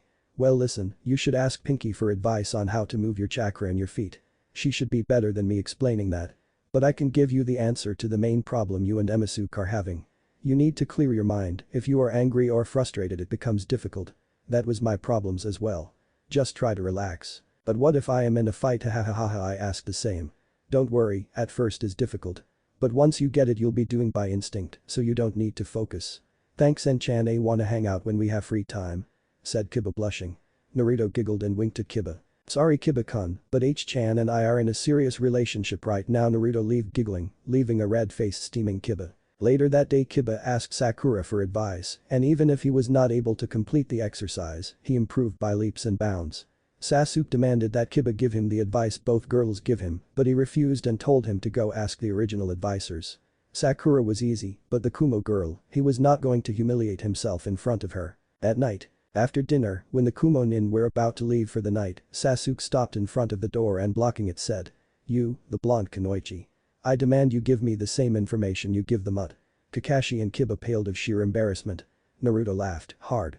So hard that it was even creepy, her team giggled meanwhile. When she relaxed enough to form coherent words Naruto said.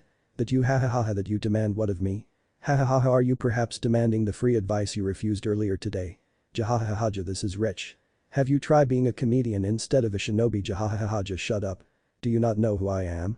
Well your friend said you are Sasuke Uchiha, nice to meet ya and that stuff," said Naruto interrupting his oh so righteous speech. Sasuke growled. "Then be thankful I am allowing you to help me, elite ninja." Naruto exploded into laughter again and this time her teammates openly laugh as well. "What is so funny?" said an enraged Sakura. Your teammate is. Haha is hilarious. On what terms you demand nothing of me? Also I feel so honored, exaggerating the pronunciation of the word, that you allow my humble self to aid you, but I pass. What? Yelled both Sasuke and Sakura. How dare you? I am Uchiha, I need all the power I can get. So? You are not part of my village. Yes, your story is sad. And? Why should I help a ninja that tomorrow may be my enemy? How does helping you benefit me the slightest? At this point Sasuke was seeing red. Fight me. I show you trash your damn place. Naruto laughed again. Sensei, Kakashi-san, is this boy bananas? I mean, does he really perceive reality as it is? First he demands knowledge of a shinobi of another village, then wants to fight an ally during a mission with unknown enemies. If this is the so-called Konoha elite, I feel sorry for your country. Naruto pushed a stunned Sasuke out of the way and left to her tent. See you tomorrow fellas, said B following his student. Next morning, Sakura followed the same routine that the last day, but this time instead of the blonde girl she found the other. You should tell your teammate to stop trying to steal Sasuke-kun from me. Playing the difficult girl won't help her either. Hinata giggled, irritating Sakura. You must be delusional also, En-chan wants nothing to do with your teammate, belies, shouted Sakura, interrupting. Because she is in a relationship as well as I know what Kumo Kunoichi did in the past to obtain bloodlines for your village. As you said, that was done in the past, our current Raikage believes in training instead on bloodline abilities to get great ninja. So, even if you don't believe me, why waste your time threatening me when you can lecture your friends about not engaging in sexual intercourse with us? Sakura started blabbering just at the thought of speaking about sex with Sasuke. Soon enough her team was up and they went training with a well-mannered Kunoichi. The next 3 days went uneventful. Kiba finished his exercise faster than Sasuke, but both did it in the 3rd day. This pissed the moody Genin even more. Meanwhile Kakashi kept observing the blonde Kunoichi. Her manners and features were so similar to his sensei's and his wife, but he knew that Naruto was a boy. The slighted eyes confused him, but he could swear that that was Naruto, even her name contained N. Besides, Naruto's body was never found. They were having a dinner and planning shifts now that Kakashi was recovered when Inari, Tsunami's son, came downstairs yelling at them about how their efforts were meaningless and how they, live in hidden villages, didn't know what suffering was. Shut your mouth, brat, your dad is dead. Well, cry me a river, mine is too. At least you have a mother, a grandfather, a roof and warm food. I have no family as my clan was wiped out. I have the village I was part of try to kill me. I had the very people my parents died for trying to kill me. Then I joined a village where only my adopted family know my real name just for my own security. I can't even use the name my parents put me. So go on, cry. At least I try to do something with my life," said Naruto, leaving the house. Well, there goes your cover, Naruto. If Kakashi guy does not figure it now, then he is no longer elite ninja. Thought B. Seeing the conflicted face in Kakashi, Hinata motioned him to follow Naruto. Go after her, Kakashi-san, just be aware that she may not be what you are expecting. Yeah, do as H-chan says, I will look over Da house meanwhile. Don't worry, Cyclops, said B, smiling. As soon as the Jonin leaved, Sakura get closer to the Kumo ninja. Is what En-chan said true? Hinata snorted. B just noted, saying. That is the watered down version. That girl knows pain like no one. Both Kiba and Sakura went to bed depressed. Sasuke too went upstairs, but as usual no one knew more about pain than him, or so he thought. In the forest outside. En-chan. Please wait. Shouted Kakashi, jogging to her location. I, if it is not too hard for you, want to know your story. Why? To confirm your suspicions. And what will you do once you know who I was? You won't be able to do a thing. I am a Kumo shinobi. So I was right, you survived, Naruto. No. That Naruto is dead, he died that night 8 years ago. His body broken, his heart pierced with the righteousness of the village he once loved. His organs turned to mush by the people he defended every day. His left eye popped by Konoha's beauty in the form of a senbon-wielding Kunoichi. No Inu, Kakashi was shocked to know that he knew his Ambu codename, that Naruto is no more, I am what remains after mother fixed me. No longer male, no longer weak, and this time even less human. Naruto. You are human. Don't let Kumo make you think different. You can come with us with me. Sandaime-sama is desperate to find you, you were like a grandson for him. I do know that, Inu-san. But you don't know what are you talking about. You, Weasel, some of the clan heads and Sarutobi Jiji cared for me. But it was not enough. I was human at birth, but I, as well as the other 8, am no longer. It is the truth, not an insult. And when I was reborn by my mother's power, I turned even less human. The very own monster that you all feared was the only one to be there for me always," said Naruto, looking into his eye as her own turned even more slitted. In Kumo I have a family and people that are like me. There I am respected. Why should I return to the village that tried to and succeeded in killing me? Tell your Hokage that my brother, a Raikage old man, wishes to form an alliance. Tell him that I'll be back one day as an ally, but I am a Kumo shinobi. Naruto, but your father's whoever my father is, Hokage never told me. Whatever is there for me, I was denied. Someday I will unveil the truth and I will reclaim whatever is mine, be a fortune or a miserable Ryo. Naruto interrupted even angrier than before. I don't hate you or Konoha, but I can only forgive, never forget, she sighed. Leave, I wish to stay alone. After all, we Jinchuriki love to stare at the full moon. Kakashi was a strong man, even with all the events in his life. But Naruto crushed his will with such ease that he was not able to argue more. And so he left the same person he so hard was trying to find. Next morning, Haku find a strange tattooed girl in the forest. She had no hit, nor was she part of the Konoha ninja they meted before. He knew that getting information was pretty important, but there was something unsettling about this girl. Anyways, he went to wake up her. I wouldn't do that, villager-san. Wakening up a sleeping Kunoichi can prove to be deadly. A gentle voice spoke behind him. Another girl was there and he didn't even feel her presence. That was bad, very bad. Sorry if I had spooked you. We are just doing a mapping activity in Wave County. Have you problems with the Konoha shinobi out there? I don't know why are they here, but they seemed ready for battle when we meet them, said the girl showing her Kumo headband.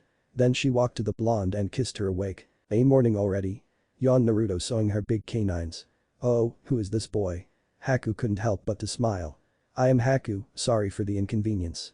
Nonsense, it's normal to help someone sleeping in the middle of the forest. To awake them in order to check on them. Just not the someone, giggled Hinata. We're N and H, nice to meet you, Haku.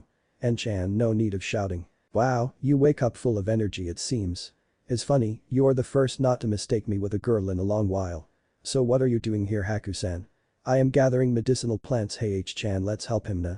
If Haku-san is willing to have us helping, I don't see why not. You know I really enjoy medicine.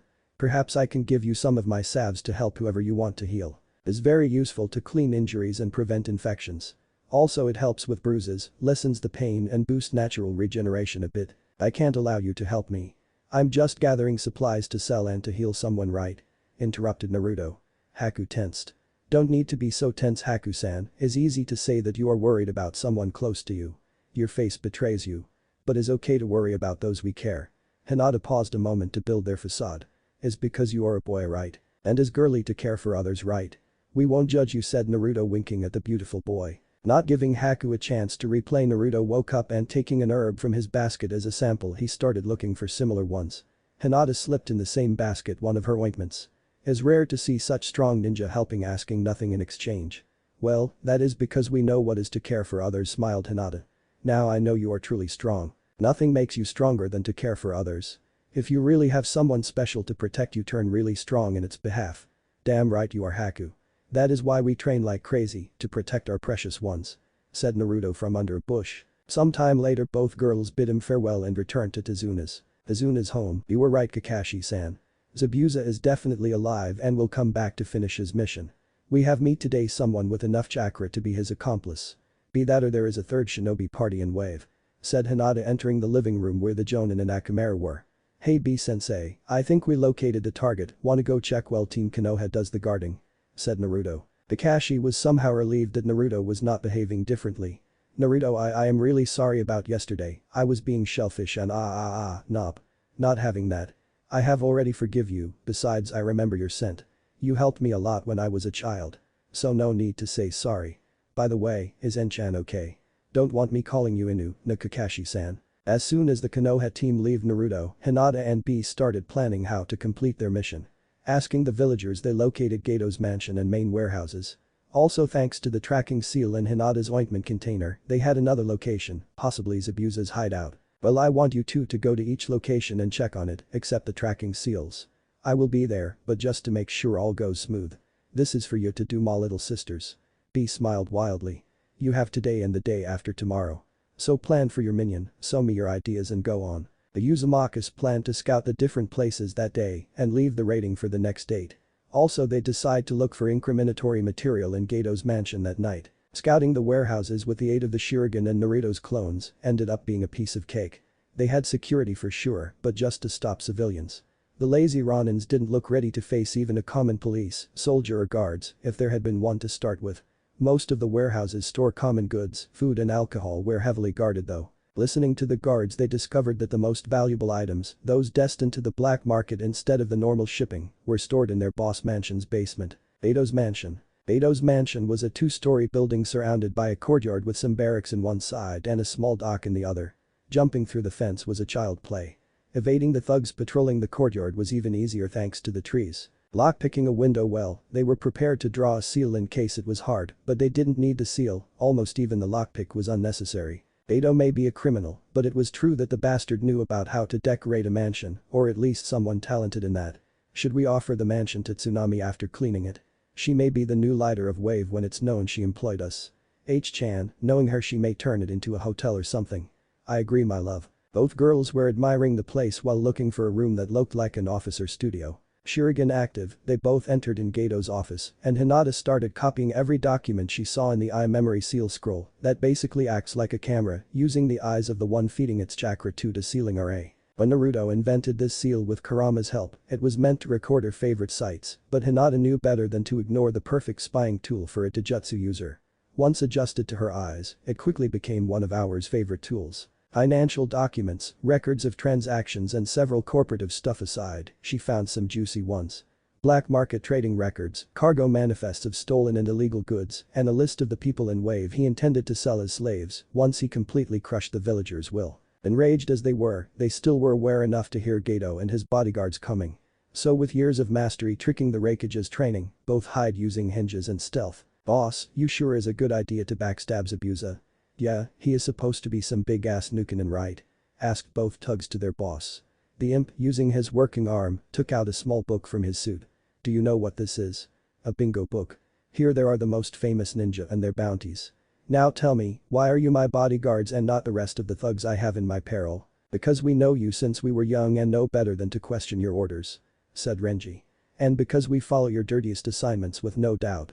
Completed Waraji. Yes, that's it. You are not the strongest, but are loyal and ruthless. Now, have I ever done something without proper planning and a backup plan? No. Zabuza will be fighting a strong shinobi, it does not matter who wins, I will send our disposable troopers, the three snickered, to get rid of the survivors. Just in case we fail to kill the Konoha ninja, you two will kidnap the old geezer's daughter. We will bargain the ninja's leaving in exchange for the woman's life, but you are free to have fun with her meanwhile. See, 100% chance of winning. The little troll started laughing. Also, I want to break pretty boy's face. No one hurts or wise and magnanimous boss and gets away with it, said Waraji, dramatizing. Hey boss, if he survives let me break her ass too. Just before gutting the little travesty. Laughed the other thug. And that is why you are not like the other henchmen. I love when you get creative. I will be going to the bridge 2 days from now. So is Zabuza. Be ready to do your part, boys. In less than a year we will be kings of this place. Human nature in its raw state, it seems. You are such a cynic sometimes, Kacha and Kurama-sama. You know that humans are also capable of good. Just not this humans. One day you'll learn to simply destroy this plague-like beings. You should kill the now and begin with them. As soon as the three criminals leave the room, Hinata started gathering the most incriminatory files and leaving copies in their place. Yes, but we can also use this to try to prevent Zabuza and Kakashi-sen's fight. I would like to spare Haku. H-chan is right, he looks like a good boy. Let's go back and inform B-sensei. We can bribe Zabuza with Gato's account and I can open his safe vault for him. Yep, this is going to end well, believe it. Azuna's house. So that is the plan. You will engage Zabuza and his accomplice while we protect Tsunami-san and Inari. Try to convince him of surrendering. Or at least make him fight until Gato makes his move. We will be there as fast as we can. Just don't get too tired. Don't worry, H-chan, we are stronger than the bad man. Kakashi and I both will stall him like an iron hold ya. Rap B. If your sensei means that we are taking part in your plan, then yes, count us in. I won't tell my genins, I want them putting a believable act.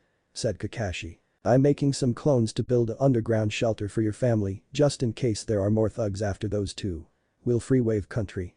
Consider you free already. Said Naruto, giving a thumbs up. At night, dining at Azuna's. Sakura felt guilty. It seemed that was going to be a rainy night and she had enough space in her room for the other two girls, but she was afraid of them. The blonde was a wolf in disguise and the well-mannered one felt deceptive. What if they try to seduce Sasuke if she allowed them to sleep in? But it was unfair to let them out with that weather. The blue-haired Kunoichi was staring at her with her cerulean hypnotic eyes. It was like she was staring at her very soul. I can't do that. Do not worry, I can't look into your soul. Hinata snickered. Wah, what? Sakura stumbled and fall of her chair. What are you thinking about, Sakura-san? Your face expressions are changing really fast and you are getting my curious. Would you partake your thoughts with me? What Sakura mumbled. Cha. Who is this witch and why does she think that she can play with us? Hinata gently smiled at her, offering a hand to rise from the floor. Well, you sharing or what? En-chan, don't be so pushy. If she does not want to tell us what she was thinking about, we must respect that. But H-chan, her face was pretty red. Was she embarrassed or having dirty thoughts? I need to know. Pouted the blonde. What? The creepy blonde thinks that I am a pervert. I need to answer or they'll think bad of me, in front of Sasu-kun no less. Sasu-kun must find us attractive, a ladylike no matter what. Well, I was thinking that as it seems that tonight is going to rain, maybe you prefer to share room with me. But there is only another bed in there. That is an excellent idea, Sakura-san. B-san, you can sleep in the sofa if you want. Offered Tsunami. B nodded in agreement. Later that night, Sakura observed both Hinata and Naruto undress full of envy. Their well-developed and toned bodies moving with alluring grace.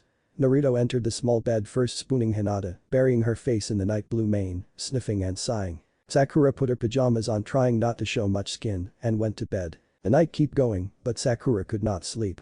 She kept seeing the undressed bodies of her roommates. This is not fair, how can those ugly Kumo Kanoichi have those curves and not me? We can't allow them near Sasu-kun. They will tempt him for sure. We must destroy them in front of Sasuke so he will love us for protecting him and his bloodline. Like a true clan matriarch. Sakura-chan, that sounds so good. Shush, you are making me have bad thoughts. You know what is needed to me, a matriarch, yes.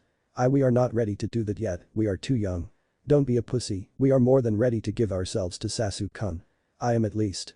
Sakura had a little nosebleed thinking about her special moment in the future with her most adored Sasu-kun. Keep your hands still, En-chan. We are not alone, remember. Whispered Hinata. Sakura heard her perfectly. And why should I do that?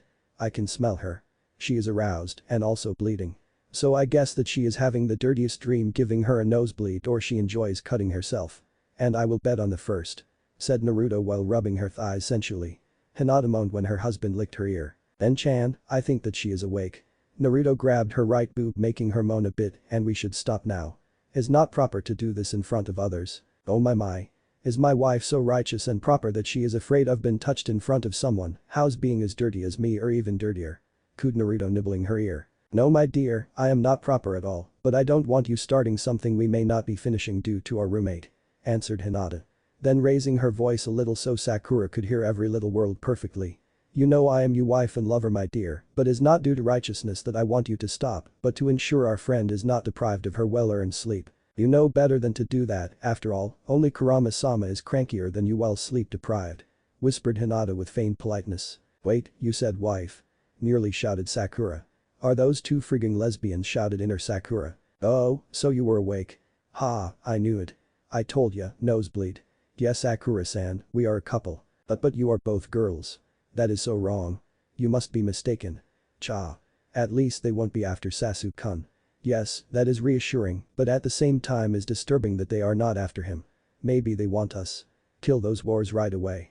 Sakura flinched and looked at them mistrustfully. Well, now that this is settled, what about sleeping? You understand that we want nothing with Uchiha-san, right? Yeah, even for a male he is pretty lame and emo. All he do is grunt and brood. Yawned Naruto. You should know that Sasu-kun is truly amazing. There is no one better than him. I know that he is destined to great things as I am to be with him. Wow. So delusional. Thought girls in Biju alike. When the allied ninja arrived to the bridge, it was covered in mist and some of the workers lied down beaten to pulp. There is a demon on the bridge.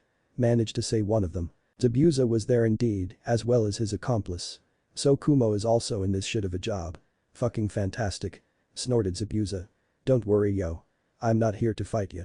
I let Konoha do that while my team comes. Sasuke was trembling because of the pressure between the three jonins. Trembling already? What have you done to be assigned with this shitey team, Kakashi? Laughed the Nukenin. I'm trembling of excitement. Growled the Uchiha. Whatever, Haku, take care of this best while I work on the real ninja. Said Zabuza, retreating deeper in the bridge. The jonins followed him after Kakashi, saying. Remember guys, protect the bridge builder. Kiba support Sasuke and Sakura stand on guard. Deep in the mist. Yo Zabuza, you should stop this, my girls infiltrated Gato's mansion 2 days ago and learned that he is plotting against you. He plans to attack us when we are at our weakest after fighting each other. So how about we give a show and then see if he appears or not? If it is for money you can raid his house after my team kills him. So you are here working with Konoha after all? Nah, we are being employed by Tezuna's daughter, smart girl. She wants us to end Geto, not only protect her old man. So why not take the chance and get money from him after we do our job? I could, but I won't. I may be a Nukenin, but I have my honor and ethics. We learned that the imp is not plotting only against you, but also plans to kidnap Tsunami-san to bargain in case we end you and are still able to fight. What honor is there? Asked Kakashi. I have no proof of your accusations. I will honor my contract until is finished or violated by the other party. Well, the thugs doing the kidnapping are Renji and Waraji, my girls are taking care of that.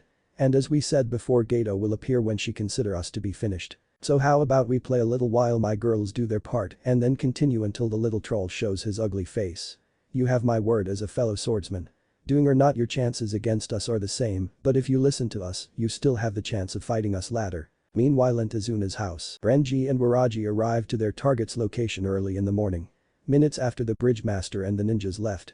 So expecting no trouble, they tore down the door and entered in the house. Tsunami screamed to her son to get to safety when they cornered her in the kitchen. She picked the longest knife she could find and started swinging it in front of her desperately. Relax, you're a nuss bitch, and come with us or bad things are going to happen. To your son, for example. Run, Inari. Inari was frozen by fear. Trembling like a leaf and about to cry. Flashback. Hinata went to Inari after Naruto and Kakashi leave the house that night. Inari, please do not judge Naruto. But she is right. There are those who have it worse than you. By the way, you are wrong, we will save you, but not because we are heroes, we will do it because it's our job. Hinata made a pause before continuing. Kaiza was a true hero. He stood for all of you and never give up for your sake. But your people cower up and betrayed is not standing beside him. To never surrender is the only way to survive when harassed. The very moment you surrender to the likes of Geto, you lose your chance to be truly alive. Because he will take and never leave. Remember what I say, is not the same to accept defeat than to surrender. Those who surrender never stand again. Forfeiting all chances of a better life. Flashback end. Remember what I say, is not the same to accept defeat than to surrender.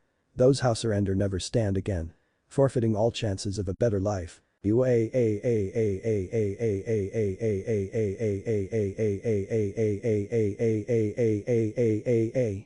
not giving up. If you take my mother, I am the next. I'm not surrendering. Cried Inari, running to Renji, knife in hand. The thug kicked the kid, but he managed to stab his thigh in the last moment. My leg. You little motherfucker. You are dead bastard. I'm beating you to pulp and then I'm raping your mother in front of you. You'll see, you miserable snot.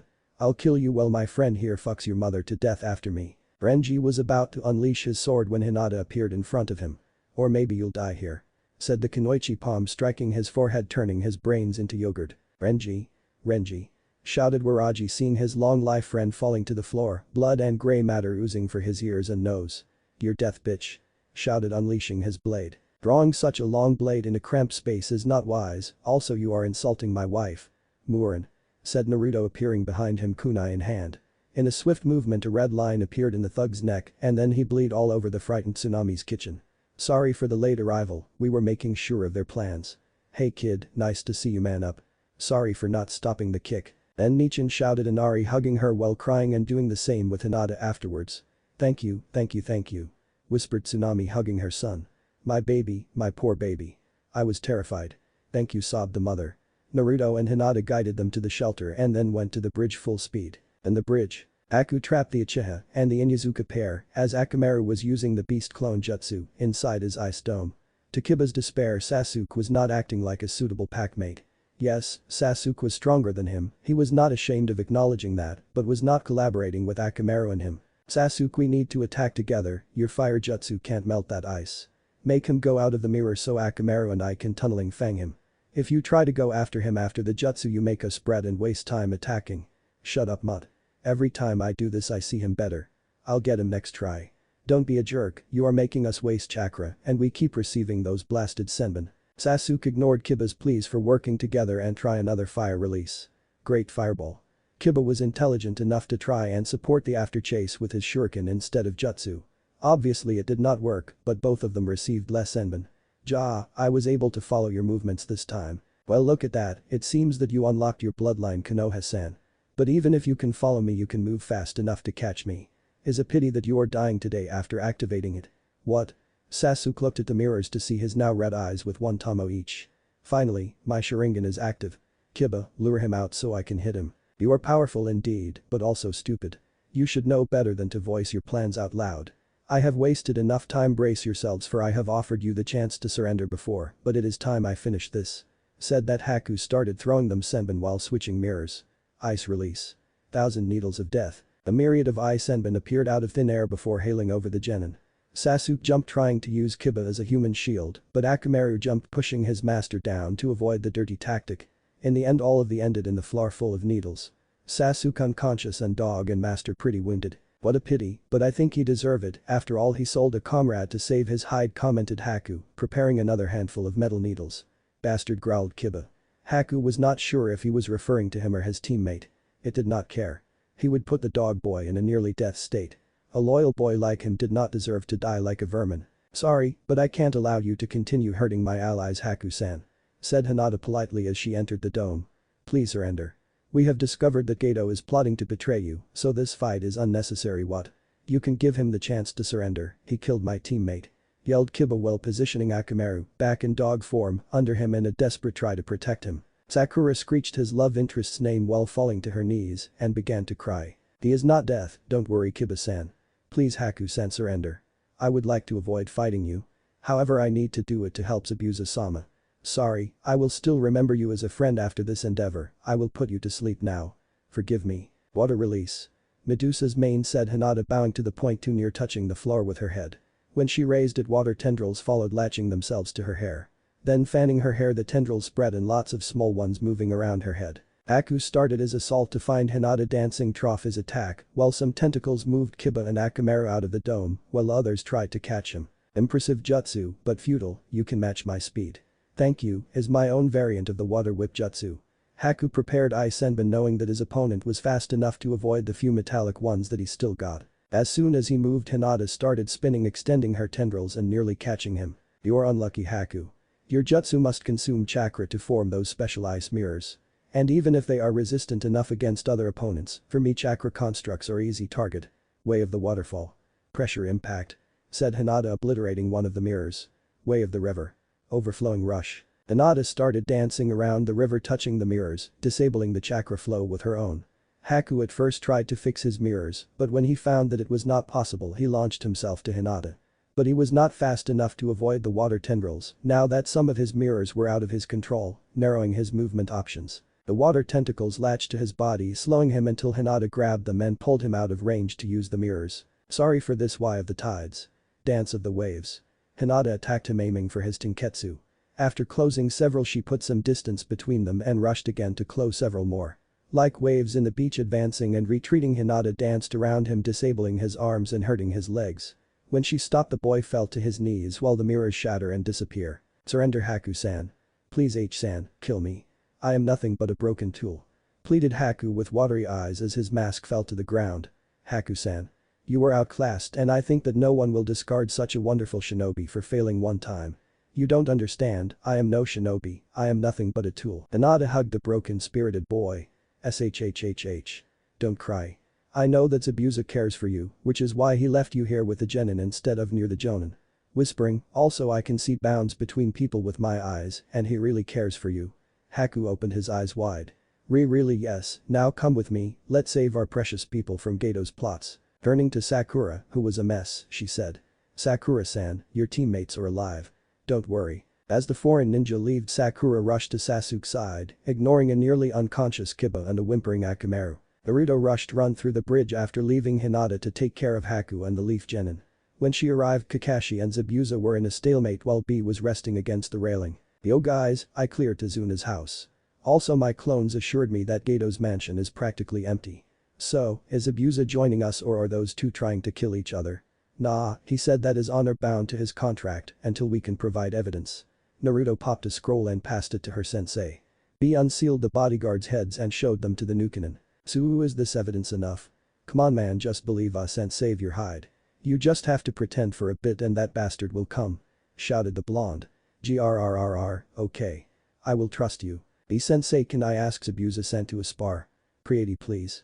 Shuren-chan, just remember that he's a jonin, not someone you can take in. How are you feeling? After dealing with those Ronin? That was your first killing in.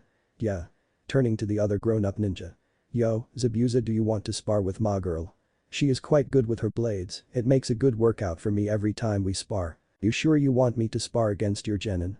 I mean I can try to restrain myself a bit, but if she is like Kakashi's team she will be out in a jiffy. Naruto snorted and unleashed her twin Kodachi. Oh come on. Give me some credit. Naruto charged as Zabuza, impressing not only him but Kakashi.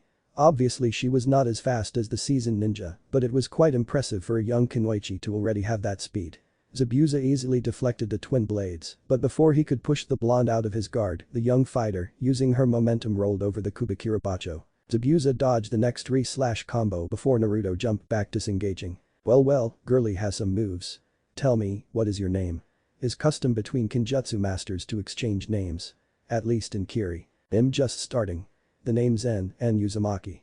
Will I be damned to think I faced two Uzumaki swordswomen after the fall of Uzashigakure. I must be lucky as a demon. Naruto rushed as Zabuza, unleashing a flurry of strikes, changing to her katana in the middle of the combo. Zabuza deflected or dodged the strikes, but nearly got hit in the weapon exchange. Then he started his offensive only to find that Naruto was as unpredictable and talented on the defensive as she was in her charges. And who was that woman? Konoha's Red Death. I nearly lost my life that day. I was a chunin back there and she was a massacre made flesh. Kushina Uzumaki is her name. Oh, you met mama. Said Naruto, brightening while changing to her Adachi. The change in range nearly took Zabuza by surprise again. She is your mother? Well fuck it. No wonder why you are so promising in seals and blades. Zabuza threw a powerful swing that Naruto redirected, showing her unnatural strength. Such a promising swordswoman. What a fine member of the Seven Swordsmen she would make. Sparring against you is quite fun. But you realize that I'm not going all out, right? Also I am not using jutsu. Of course I'm aware. I know I am not match for a seasoned jonin yet.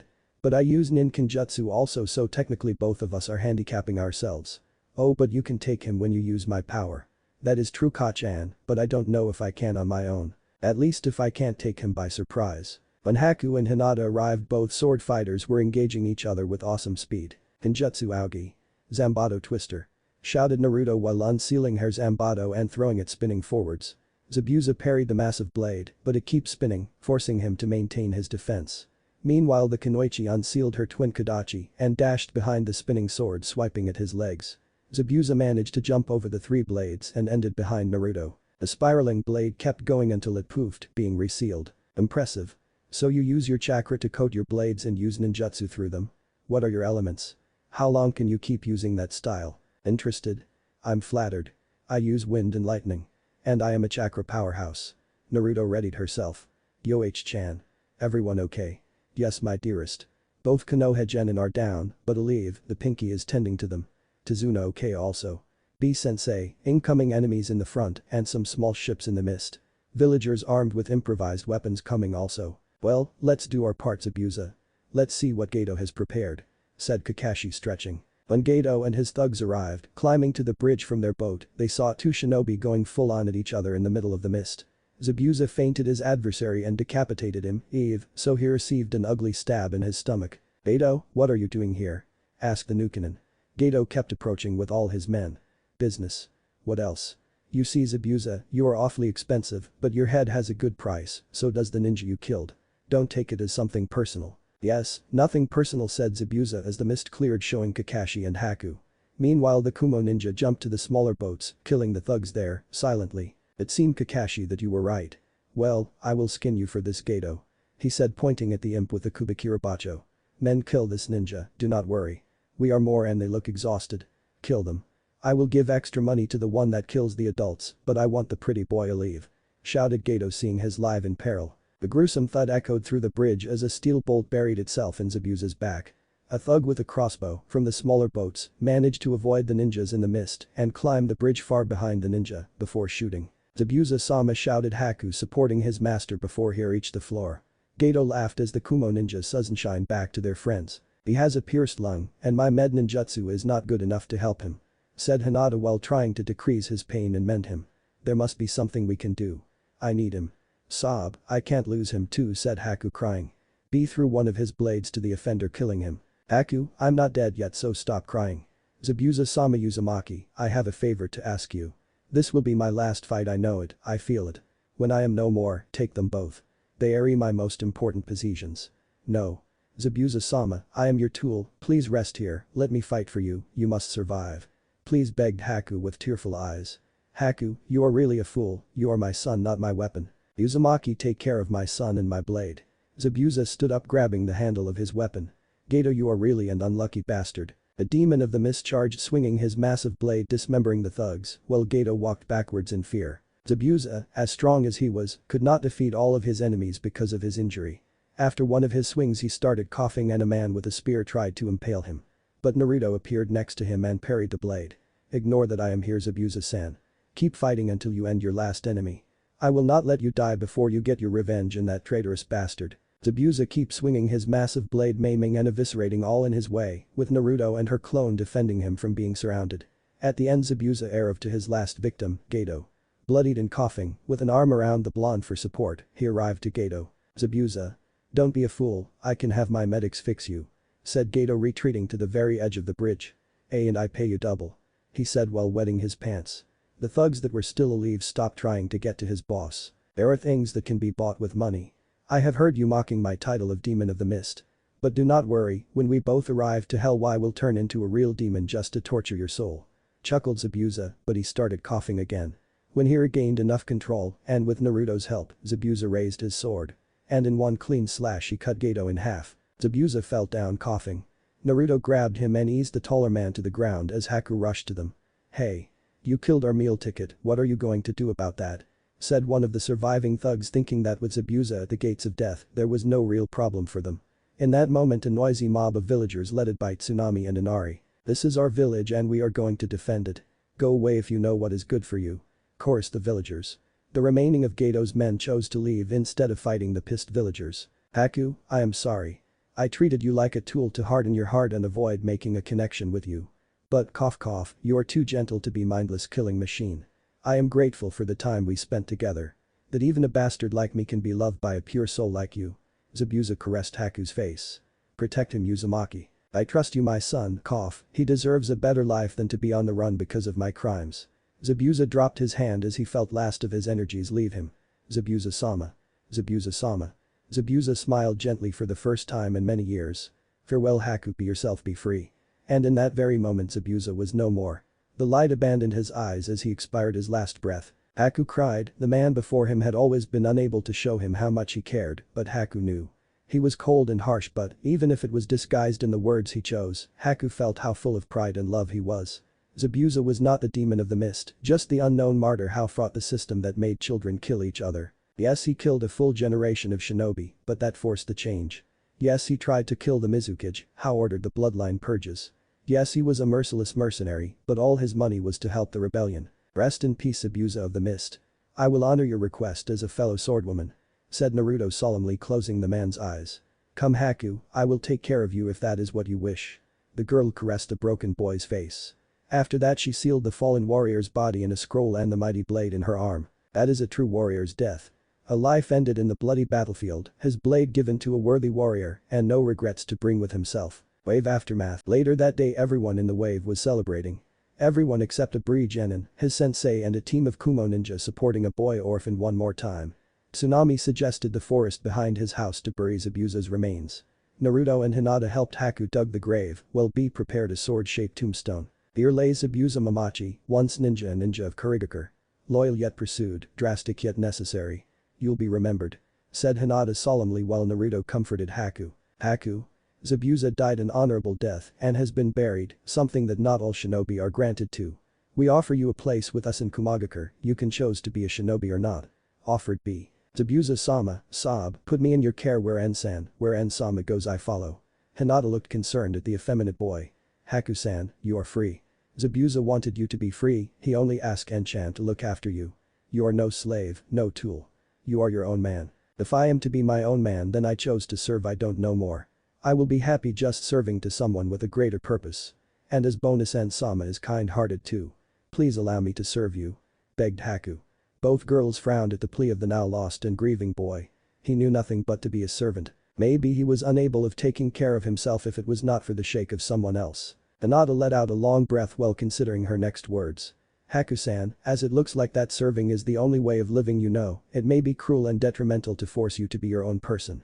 So, taking into account that there are those who would abuse your kind spirit. I, H. Uzumaki, wife of N. Uzumaki, as matriarch of the Uzumaki clan, extend you the chance and choice of serving our clan till the day you want to leave us by your own will. Know that we are special, if you choose to join us, we will trust you with our secrets.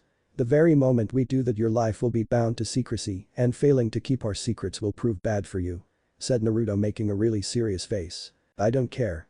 I want to serve you. Please have me," pleaded the boy, knelling and bowing to his intended masters. Naruto and Hinata extended their hands, taking one of his each other. They raised the boy, and then Naruto's eyes turned red and the world around Haku vanished into a black void. When he waked up, he was in a forest of gigantic trees. The clearing where they were standing illuminated by the full moon. "Where am I? Who have we arrived here?" As he was thinking this, he perceived movement in the forest around him. Between the mountain-high trees, a form approached them. As its massive paws landed on the clearing, a massive bonfire ignited in the middle, showing a big house made of wood and the profile of a mighty beast walking to them. "So, you want to serve my kids?" boomed a strong yet feminine voice. "Interesting, your first reaction was to jump in front of them instead of protecting yourself. And yes, I like you. You will serve us. Tell me your name, ice boy." I am Haku. I don't want to remember my father's surname, nor I want to carry my mother's. If it is okay to you, I will be happy to be Haku Mamachi, in memory of the man who was a true father to me." Kurama nodded, nearing her massive head to observe the young man. "Sorry if I am rude, but where are we? Are you a Biju? How should I address you, Almighty One?" Kurama laughed to her heart's content while her kits giggled. "I am the Kyubi no Yoko, the nine-tailed fox. The eldest and strongest of the 9 Biju. But you young servant, can call me Kurama. Don't speak my name to outsiders and you'll do fine." Kurama nodded to herself, deep in thought. "Why did you want to know if I was a Biju?" "Kurama-sama. My father, Zabuza Mamachi, tried to kill the Mizukage, who ordered the bloodline purges. He said that Yugura was kind yet powerful, but someday he just turned crazy." Zabuza-sama thought that it was due to him being a Jinchuriki. "I mean no disrespect, but I need to know if he went crazy due to a Biju. Also, who of them is your Jinchuriki and if I can trust them?" Kurama was somehow surprised that the boy seemed unaffected by her presence, when normal humans were normally so scared that they became unable of coherent speech. But this boy just seemed deprived of emotion by his own grief. "Do you know which Biju was within this Jinchuriki? Some of us are more violent by nature than others, but that kind of genocide is not something a Biju will seek. If the target were those with sealing knowledge, I could understand, but with what you've told me, I suspect a third party. Zabuza-sama told me that the Mizukage is the host to the 3-tailed one." Kurama growled in anger and her tails trashed behind her. "Isobu is the most calm and peace-loving of all of us. To be able to change the personality of the cage, he must be under a powerful Jinjutsu. Tell me, Haku, do you know anything about the relationship between the Biju and his host?" "Zabuza-sama told me that Yugura has complete control over the Sanbi." Hearing this, Kurama howled in anger. Naruto also started to growl as her eyes turned red. "So it's him. Little Uchiha bastard. You can't take me heads on, so you seek to enslave my brother. Howl, Naruto, we will have our revenge. In due time that shit stain will come for us, but we will be ready. I will end that Fuker's existence and hunt every last ally he may have." "Kurama-sama, please control yourself. Getting angry now may force your chakra to leak and that may bring undesired attention to us." Kurama started taking deep breaths to regain control of her anger. Much relaxed, she smiled warmly to the blue-haired girl next to her. "Thank you, Hinata. Haku, Naruto is my Jinchuriki, but I am also connected to Hinata. There is a bastard out there who tried to control me the night I attacked Konoha. Understand that us Biju rarely attack unprovoked. There are those who try to control us and then blend with others when facing our wrath. If you are to ally yourself with my kits, you will willingly wear a seal that will help you keep our secrets. Like their true names." Haku understood the true meaning of what the vixen was saying. The Biju were not the monsters everybody thought they are. And also, to keep the Uzumaki's secret safe, he was to wear a seal, willingly as their servant or unwillingly otherwise. "Then I will serve your clan and willingly wear your seal. This will give me a purpose and also a chance to avenge Zabuza-sama." Izuna's house, later that night. While having dinner, the two of the Konoha genin keep glaring at the Kumo ones. Kiba and Akamaru as well were trying to get their attention instead. "So girls, would you like to go with me to the village? We are heroes now and they are partying in our behalf. Let's have some fun." Akamaru barked happily to emphasize his master's words. "Kiba-san, I appreciate your efforts, but your interests are misguided. You may want to flirt with us, but as flattering as I find it, you are about to make a fool of yourself. Haku-san is a boy. En-chan is a hermaphrodite, meaning that she has both male and female parts. As for me, well, I am a girl, I am in a serious relationship with En-chan right now. So please do not flirt with us." Biba reddened like a tomato as Sakura, the Jonins and the host family laughed at him. He was about to replay when Naruto stretched saying. Bah, don't let this discourage you. We will happily go with you to the village, maybe even help you get a nice looking girl, wink.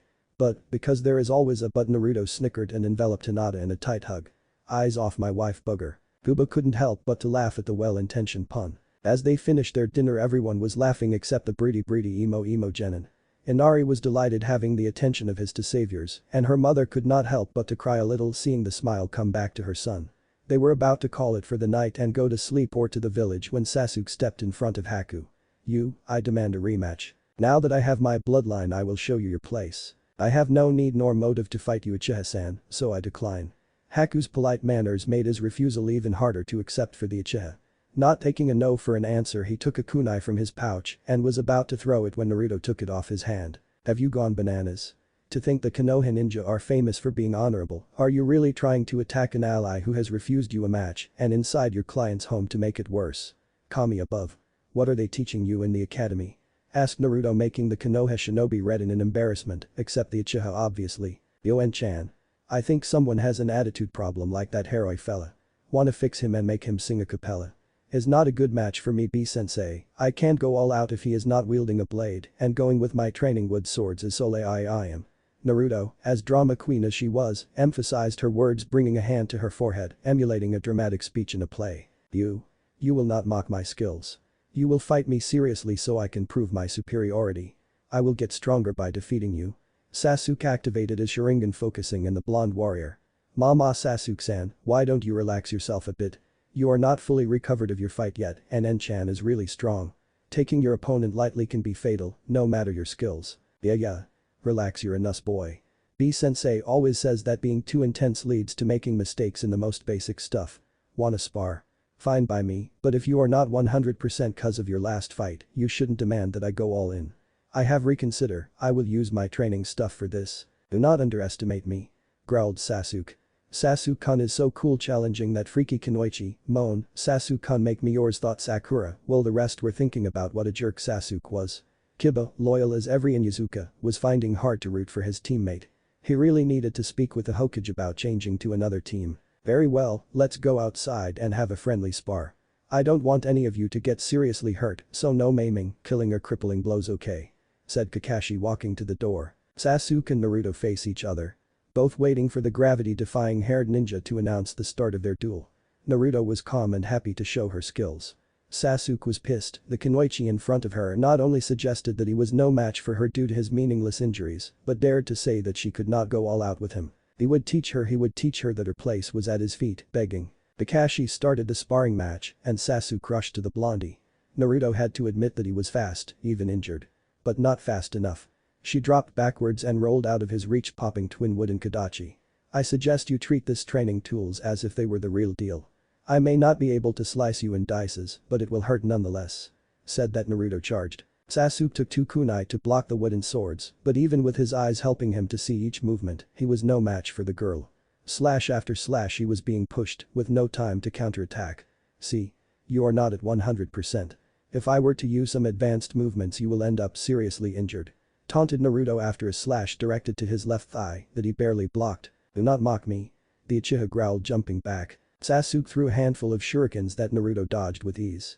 But as she dodged she saw the ninja wire attached to them. Sasuke pulled the wires trapping the Kunoichi. Laugh now loser. Yes. Sasuke got her. Yeah, punish the bitch Sasuke-kun. As Sakura was admiring her obsessions doing both Hinata and B smirked, making Kakashi really nervous by the way. Oh. This is a disaster. I am trapped by this evil ninja wire. I'm sorry H-chan, it looks like this evil shinobi with red eyes got me. Oh cruel fate, why have you let me at this young man's mercy? What is he doing to my pure and chaste body dramatized Naruto making Sasuke, Kiba and Kakashi blush furiously. I knew it. Is a bitch, a sly, vicious and shameless temptress. Shouted inner Sakura as the girl blushed and dementedly glared at the trapped Kunoichi. Sasuke-kun, please release me, moaned, this wire is too tight against my boobies. Pouted Naruto with a sultry voice. Sasuke blushed even more as the Kunoichi neared to him with small hops. Naruto contorted her body to make sure that everyone appreciated her womanly curves. Hinata blushed as she watched her husband with hunger gleaming in her eyes. You don't know shame kid. Wahahahahaja. I am so proud of you my little vixen. said Kurama, who was having trouble breathing due to her laughter. You better surrender now. This match is over. Sasuke managed to say. But Sasuke-kun, I am only playing you," said Naruto, head-butting the boy in the face. Sasuke fell to the ground with a bleeding nose. My, to think that the mighty Uchiha will fall to the temptations of the flesh. So does Uchiha-san lust after my body? I will say yes. Looking at the nosebleed he has, chirped Naruto. But you know, I like to be the one doing the stabbing, and I suspect that where I have a Kadachi you only have a kunai. Naruto giggled, enjoying the innuendo. If Sasuke was furious before, now he was seeing red. You seem to forget that you are still trapped. And no trick will change that, bitch. Oh, poor old me. What I am going to do. Is the cruel Konoha ninja going to punish me? Pouted Naruto. That's it. I am ending this now. As Sasuke run through several hand seals, Naruto said. Oh no. I'm still trapped, giggles, or knob. Fire style. Phoenix flower jutsu. Sasuke breathed 5 small flame balls to the blonde. It was a sure hit, but Naruto, channeling wind chakra to her blades, cut through the metallic wire and somersaulted backwards, avoiding the small flames that exploded in contact with the ground. Kakashi, worried that the spar was getting out of hand, was about to stop them when B grabbed his arm. Your student is a fool, but don't worry. As long as he is enraged, Enchan wins. I'm sorry, but B-sensei means is that as long as Uchiha-san does not keep his temper on check, he is predictable. And he is falling in every trap Enchan is laying for him. With no puns intended, Inuzuka-san, but Enchan is leading him by the nose and doing that even his best jutsu are useless. No matter how powerful he is if he doesn't know how to use it. As Hinata explained, all of them watched the young boy pursuing the female that simply danced around him, avoiding his attacks. It was pretty shaming to see the rookie of the year being taunted like a brat. Stay still, damn it. But why, Sasuke-kun, don't you want to chase me anymore? Am I not desirable to you? Oh, you break my heart, and to think that I was finding your advances flattering, said Naruto with fake spite. Arg. I hate you. You insufferable blonde bastard. Shouted the raven-haired boy. Oi, duck butt. Relax, you're a nuss. Do not involve my deceased parents here, or I will ravage your butt to the point that you won't be able to walk again. You hear me, pretty boy? Growled Naruto, and her pupils turned slidered. For a moment everyone felt like they were in the presence of a predator looking for its next meal. Akamaru jumped inside Kiba's jacket and started whimpering. Sakura felt like she was nothing but a piece of bacon, crispy and delicious. What was that? Genjutsu? Well, I will show her not to mess with an Uchiha elite, though. Sasuke, as the sudden flash of predatory instinct faded away. I will do and say as I please, Kumo hooker. Fire style. Great fireball. The Uchiha used his clan's signature jutsu at point-blank range. But Naruto, seeing the hand sings, more or less expected the incoming attack. When the fire dispersed, Sasuke stood alone in the middle of the clearing where they were sparring. At first relieved that the blonde was not taunting him, but then on guard as there was no burnt body in the ground. So is little Emasuke so insecure of his manhood that is trying to burn mine. I thought that your sensei said no maiming blows. Naruto giggled and her voice echoed through the clearing. Come out and face me, you blonde whore. TSK, why so angry, duck butt? Why insult my family? Calling me a whore, you are disrespecting my wife. I don't know what are you trying to achieve unless, oh my kami. You are not only Emasuke, you are also Homosuke, hahaha. Perhaps you want me to have your ass because my body is partly female. Are you too shy to offer your butt to a real man, so you see me as the perfect candidate to take your virginity? Oh, how flattering. Jahahahaha, Naruto roared of laughter. She seemed to be everywhere. Kiba was actually afraid, and Sakura was so angry that she looked like she was about to explode like a popcorn. Is Zen-sama a master of the silent killing? Zabuza-sama used similar tactics, asked Haku to Hinata. Nope, but our other teacher is an expert hunter, as Inuzuka-san can confirm. This is a basic hunting tactic. To corner your prey and make him nervous before the killing strike. Kiba nodded in confirmation. It was unsettling to watch a single person applying pack hunting strategies with such ease. So, if I'm not mistaken, she is going to lure him, and when he attacks she will go for the kill. Explained the dog trainer. Sasuke was ready to blow up the forest as fast as he discovers where the blonde was. Suddenly a bush shakes. Sasuke-kun is a trap. Sakura yelled, alerting him. Sasuke, instead of throwing his kunai with an explosive tag, jumps to his side, avoiding several senbon. Fast as lightning he throws his weapon to the origin of the senbon. As the tag explodes he feels a chilling sensation in the back of his neck and rolls out of the way of a new hail of senbon. Getting up in a jump as he goes through hand sings, he released a fire style. Great fireball to the bushes of the recent attack. Sasuke panted but smirked, feeling that finally he had reached his target. Oh, is poor Emasuke so desperate to get a piece of my ass that he celebrates burning my favorite bush? But if you want to taste my meat you'll have to ask my jealous wife for permission, teased Naruto's voice from behind a tree. Sasuke repeated the wire shuriken trick, trapping Naruto to the tree. Before she had time to escape, he used a variant of the fire style. Great fireball to send streams of fire through the wires. I burns Nuo, started shouting Naruto as her body set ablaze, burn torching the tree. Or maybe not. Chuckled Naruto's voice from other parts of the clearing. Emasuke, my little cute duck butt Emasuke, that is the first competent move you have pulled in all the night. I hope you do better in bed than in the battlefield. Or you will have problems restoring your clan. Chuckles echoed in the trees. Giggles come from the bushes. Laughter flooded the air. Lighting style. Sparkling web. Shouted Naruto on top of a tree, throwing her senbon in a cone around Sasuke. A glowing spider web formed between the senbon before passing through the boy, shocking him and paralyzing his now sore body. 3 Narutos appeared from behind the trees and rushed to the raven-haired genin, trapping his head between their adachi blades. What does the queen say? Asked the Naruto behind Sasuke. Off with his head, ah! Chorused the rest. All the girls except the one behind him disappeared in a puff of smoke. And cut. Sakura nearly fainted, jahahaha. Well, it's my win. The sword poofed out of existence. You know, you should try to change professions, boy. I can tell that your taijutsu is better than mine and your jutsu pack more power. But you are so easy to enrage and set off trail. I mean, ninjas are sneaky, we play dirty and take every advantage of our enemies. I have lure you to every trap, use my body to rattle you and my words to enrage you. If you expect fair fighting, you should try being a bodyguard or a samurai. Naruto touched the back of his neck, unleashing a small electric current to fix his paralysis. I assure you that you are stronger than I, lied the Kunoichi. Damn right he is. That bitch only won because of her dirty tricks. Shouted Sakura. Kiba and Kakashi just looked to each other, sighing. The Kumo girl was right, she had toyed with Sasuke the entire time. Hinata and Kakashi used low-powered water jutsu to turn off the fires. Tezuna's family was astonished at the display of skills. As Naruto walked away, Sasuke, still furious, followed her, pulling a kunai. But before he was close enough, he found a kunai in his throat and a vice-like icy grip in his arm. What do you think you are doing right now, Chiha-san? Asked politely Hinata as her kunai pressed against his skin. Didn't she say to be sneaky? Asked him with a smirk. They won't dare to touch me, the last Chiha. Chiha-san, the spar is over, threatening the life of an ally is not an intelligent course of action. Said Haku. Kakashi was mortified at his student's behavior, but before he could move, B putted a hand in his shoulder, saying no with his head. Let me be clear with you, Chiha-san. We are not Konoha shinobi, we are not even formal allies of Konoha. Maybe you are used to being allowed to do whatever you want due to being the last of your clan, but that doesn't work in the real world. If you attack us, I will personally make sure that you are unable to perform jutsu for the rest of your life, then I will rip your eyes off and send you to Konoha wrapped like a gift. The only thing Konoha needs of you is your genetics. So if you attack us, as long as I don't damage your gonads, they won't do a thing. Are we clear? The polite smile in Hinata's face was even more unnerving than her speech.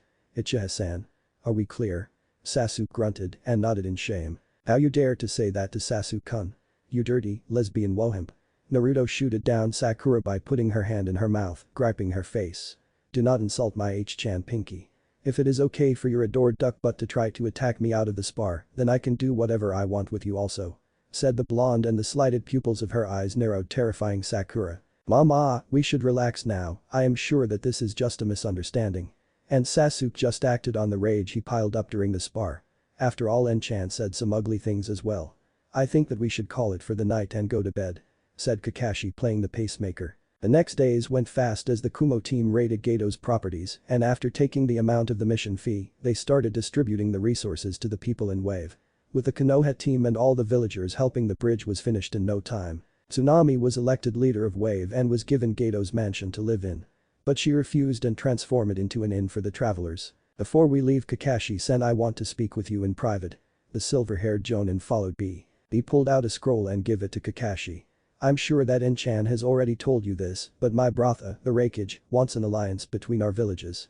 What Enchan does not know is that her team will be taking part in the Chunin exams in a few months. Deliver this to your cage.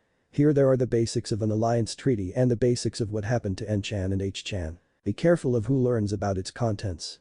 Tell Sarutobi-sama that the Uzumakas will tell him the complete tale personally. Also tell him that no one is to make a move on them.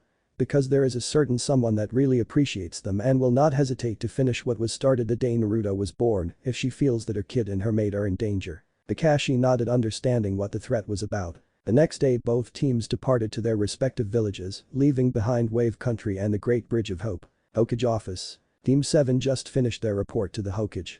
Sasuke couldn't wait to arrive home to keep training.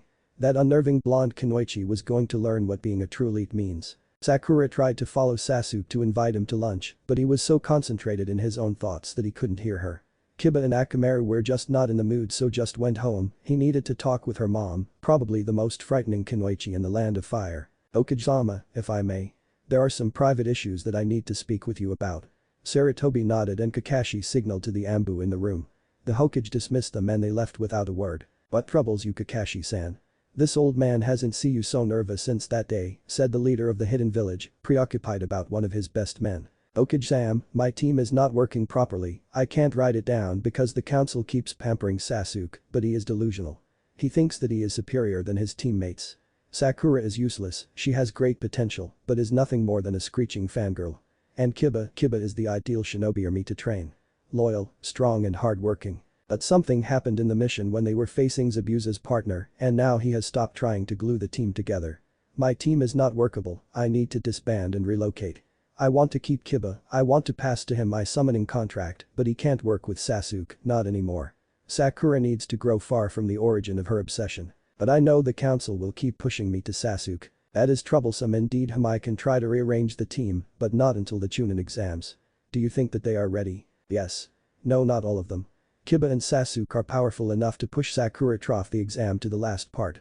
Kiba and Sakura are intelligent enough to work together, keeping Uchiha safe during the second part. But only Kiba is ready to be Chunin. Train them, make sure that they can survive the exam, and I will disband your team. Maybe I can even do something about the council. But they have to survive. Old Hiruzen took a long drag of his pipe and exhaled the smoke, slowly. There is something more, right? Kakashi the Jonin looked down ashamed. Hi. I found him, Hokage-sama. I found Naruto. Sarutobi opened his eyes in surprise as Kakashi pulled out a scroll from his pouch. He placed it in the desk and dropped down in a chair, without strength to keep himself standing up, nor will to do it. He is changed.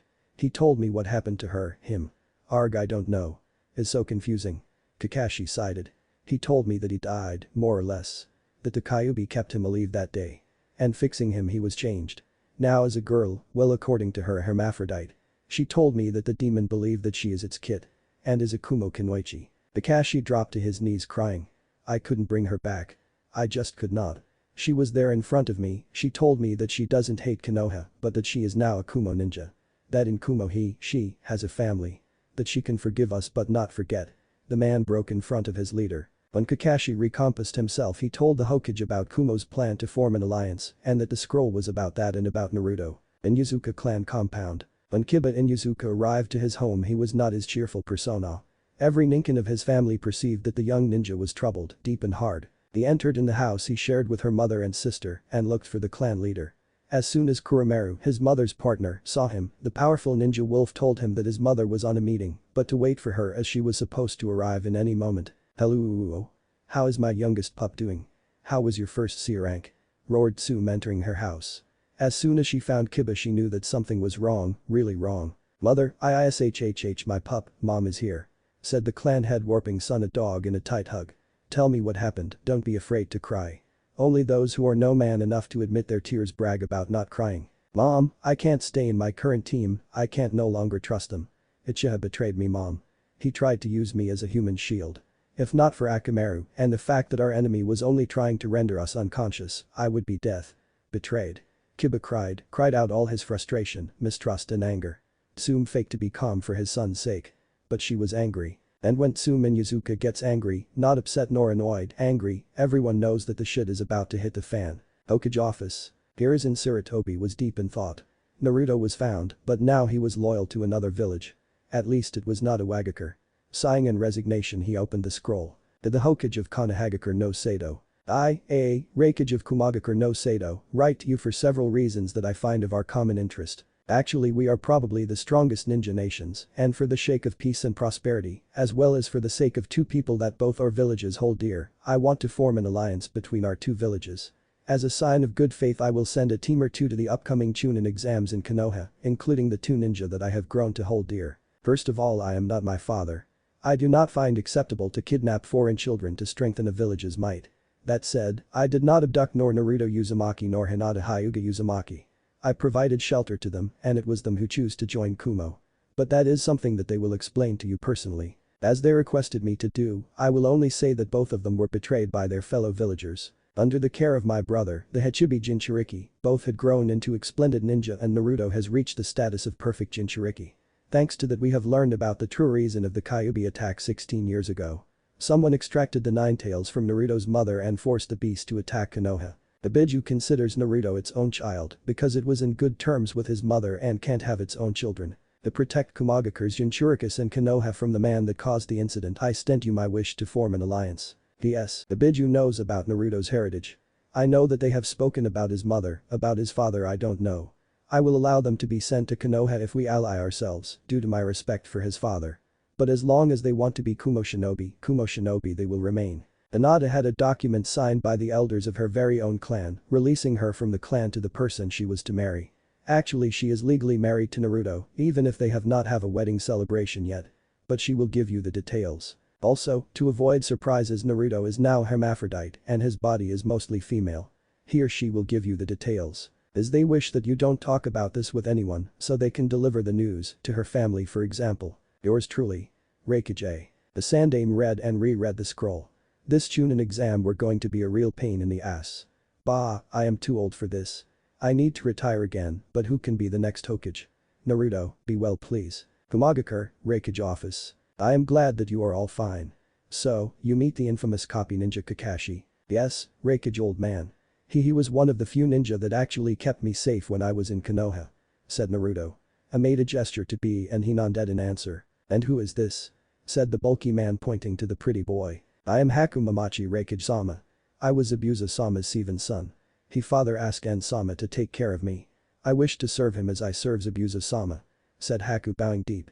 Sama. Haku is a strong shinobi of the fallen Yuki clan.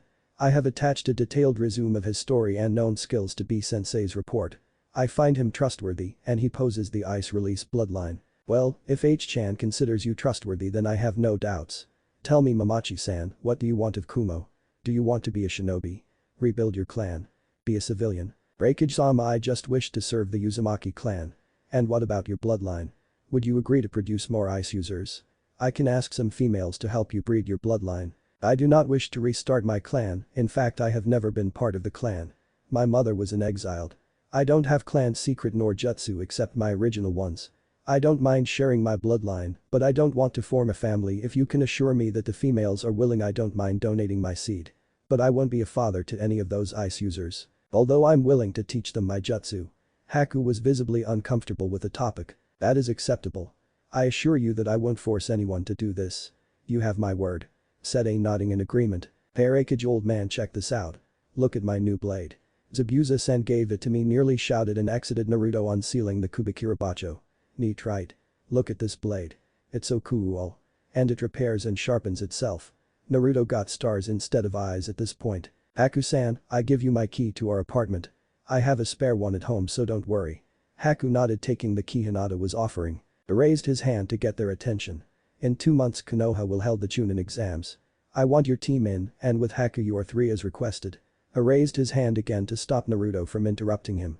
I plan to send you and Team D, but Amoy and Samui were hurt in their last mission. Yes N-chan, they are fine. No N-chan, they still can't go because they have to recover and train first. In fact Samui requested to skip this exam so she can be back to her 100% and train some more. And before you ask, both of them fell down a ravine protecting their clients. Before Naruto could say something Hinata took a step forward saying. We will do as you command. I understand that it has something to do with the scroll B-sensei gave to Haddock-san. H-chan, you are frightening sometimes. Where are you following me with your eyes? Not B-sensei, I watched it with my normal sight. I do not spy on my friends and allies without a good reason. Said the girl bowing slightly. You are to reach the third part of the exam, I will go personally to witness it and to make an alliance with Konoha. I am understood. All the ninja there answered hi. In a chorus. B will go as your sensei. But inside the exam H-chan will be leading the team. She is cunning and perceptive to the point of fooling a jounin, so under her command, you will likely get around everything they put in your way. Team B nodded. Mabui. The secretary entered the room fast as lightning. Mabui, this is Haku and is willing to not only join Kumogakure but also to give us a new bloodline. So I want you to prepare a breeding program to permission to speak my mind Hokage-sama. Interrupted the tanned woman. A grumbled in annoyance, but they all heard granted between his mumblings. Are you nuts? You are supposed to be the main opposition to the old ways. And you are asking a girl who just joined Kumo to turn herself in a baby factory. You muscle-headed steroid-filled pig. Shouted Mabui, losing her cool completely. I'm in love. Said B, writing furiously in his notebook. Mabui. I want you to find females that willingly will breed his bloodline. Haku is a freaking boy. Shouted A, breaking his desk. What a boy, Secretary Sama. Said Haku to the stunned woman. But he is so cute. Tell me, pretty boy, do you want to do this with a medical procedure or do you prefer the natural approach? Asked Mabui, drooling. Is like a doll and so well-mannered I may want to have him one night. Judge. Sorry, but that is not for me to decide. You must ask N-sama or H-sama about that. Also, I want the woman know that I do not intend to be a father nor start a clan. He has a servant complex or something like that. So I guess it is up to us to decide. H-chan. Well, then I say that he is to take the medical approach to ensure the insemination is a success. But also we allow him to have some fun as long as the females involved understand his desires. Tell me, Haku-chan, do you have some previous experience? Asked Mabui, tangling her arms around one of his in a seductive way. No, Mabui-sama. Mabui stared hungrily at the virgin boy. Don't worry, cute boy, Mabui will teach you. Also, I knew some girls that will be interested in the natural way once they meet you. Just bring him home tomorrow morning so we can show him the place. Enjoy your training, Haku-kun, snickered Naruto as the voluptuous woman dragged the blushing boy out of the room. Ooh, Mabui-chan, pouted B with tear waterfalls crossing his face. The rest laughed. Konoha, Hokage's office. As requested by the Inyazuka matriarch, the Hokage and Kakashi meted with her in the Hokage office. Inyazuka-san, why have you requested us to meet here? Asked the old leader. Hokage-sama, it has been brought to my attention that one of my clan members is having issues with his team. The fact that he is my son doesn't matter taking into account the severity of the offense against him. Inyazuka-sama, Tsume-sen, I know that after the mission in Wave Country Kiba and Akamaru are having troubles with team dynamics and I have asked Hokage-sama to disband my team. In fact, your son is the only student that makes me proud. Has Kiba-kun perhaps told you what happened to him? He doesn't answer me when I ask. It hurts, doesn't it, Kakashi-san? You are in a lot of people's opinion the closest thing to an Inyazuka. Brave, loyal and thanks to your summoning contract close to Ninken's. You must understand then the pains of betrayal for a dog or a shinobi of my clan. Betrayal. Tsume-chan, please tell us what happened to young Kiba-kun. Pleaded Sarutobi. Betrayal happened. Betrayal, shouted the enraged feral woman. That fleabag, pampered, pompous, smelly piece of shit betrayed my son. He tried to use him as a human shield and if not because of Akamaru and that the enemy shinobi was trying to incapacitate them instead of killing my pup could be death because of that arrogant prick. I want that bastard out of my son's team and I want him to pay for his crime. Not only that is a crime against a fellow teammate, but it is also the worst thing you can do to an Inyazuka. I had to arrange Yamanaka's help to make sure my son can continue being a shinobi without a long term of inactivity to get over this. For Inyazuka Tsume to be able to speak this long without shouting, growling or barking could be considered a record. Unfortunately, it only added seriousness to her request. Tsume-chan, I am really sorry, we didn't know. But unfortunately we can do nothing until the Chunin exams are finished. We have to wait until them to disband the team. Let me guess. The council wants the Uchiha bastard in the exams. Grrrrrrrrrr. Very well, damn it. Damn all of them and the smaller clans that support them. This is going to cost them, Sarutobi. I swear in my clan's name that this they will pay in due time.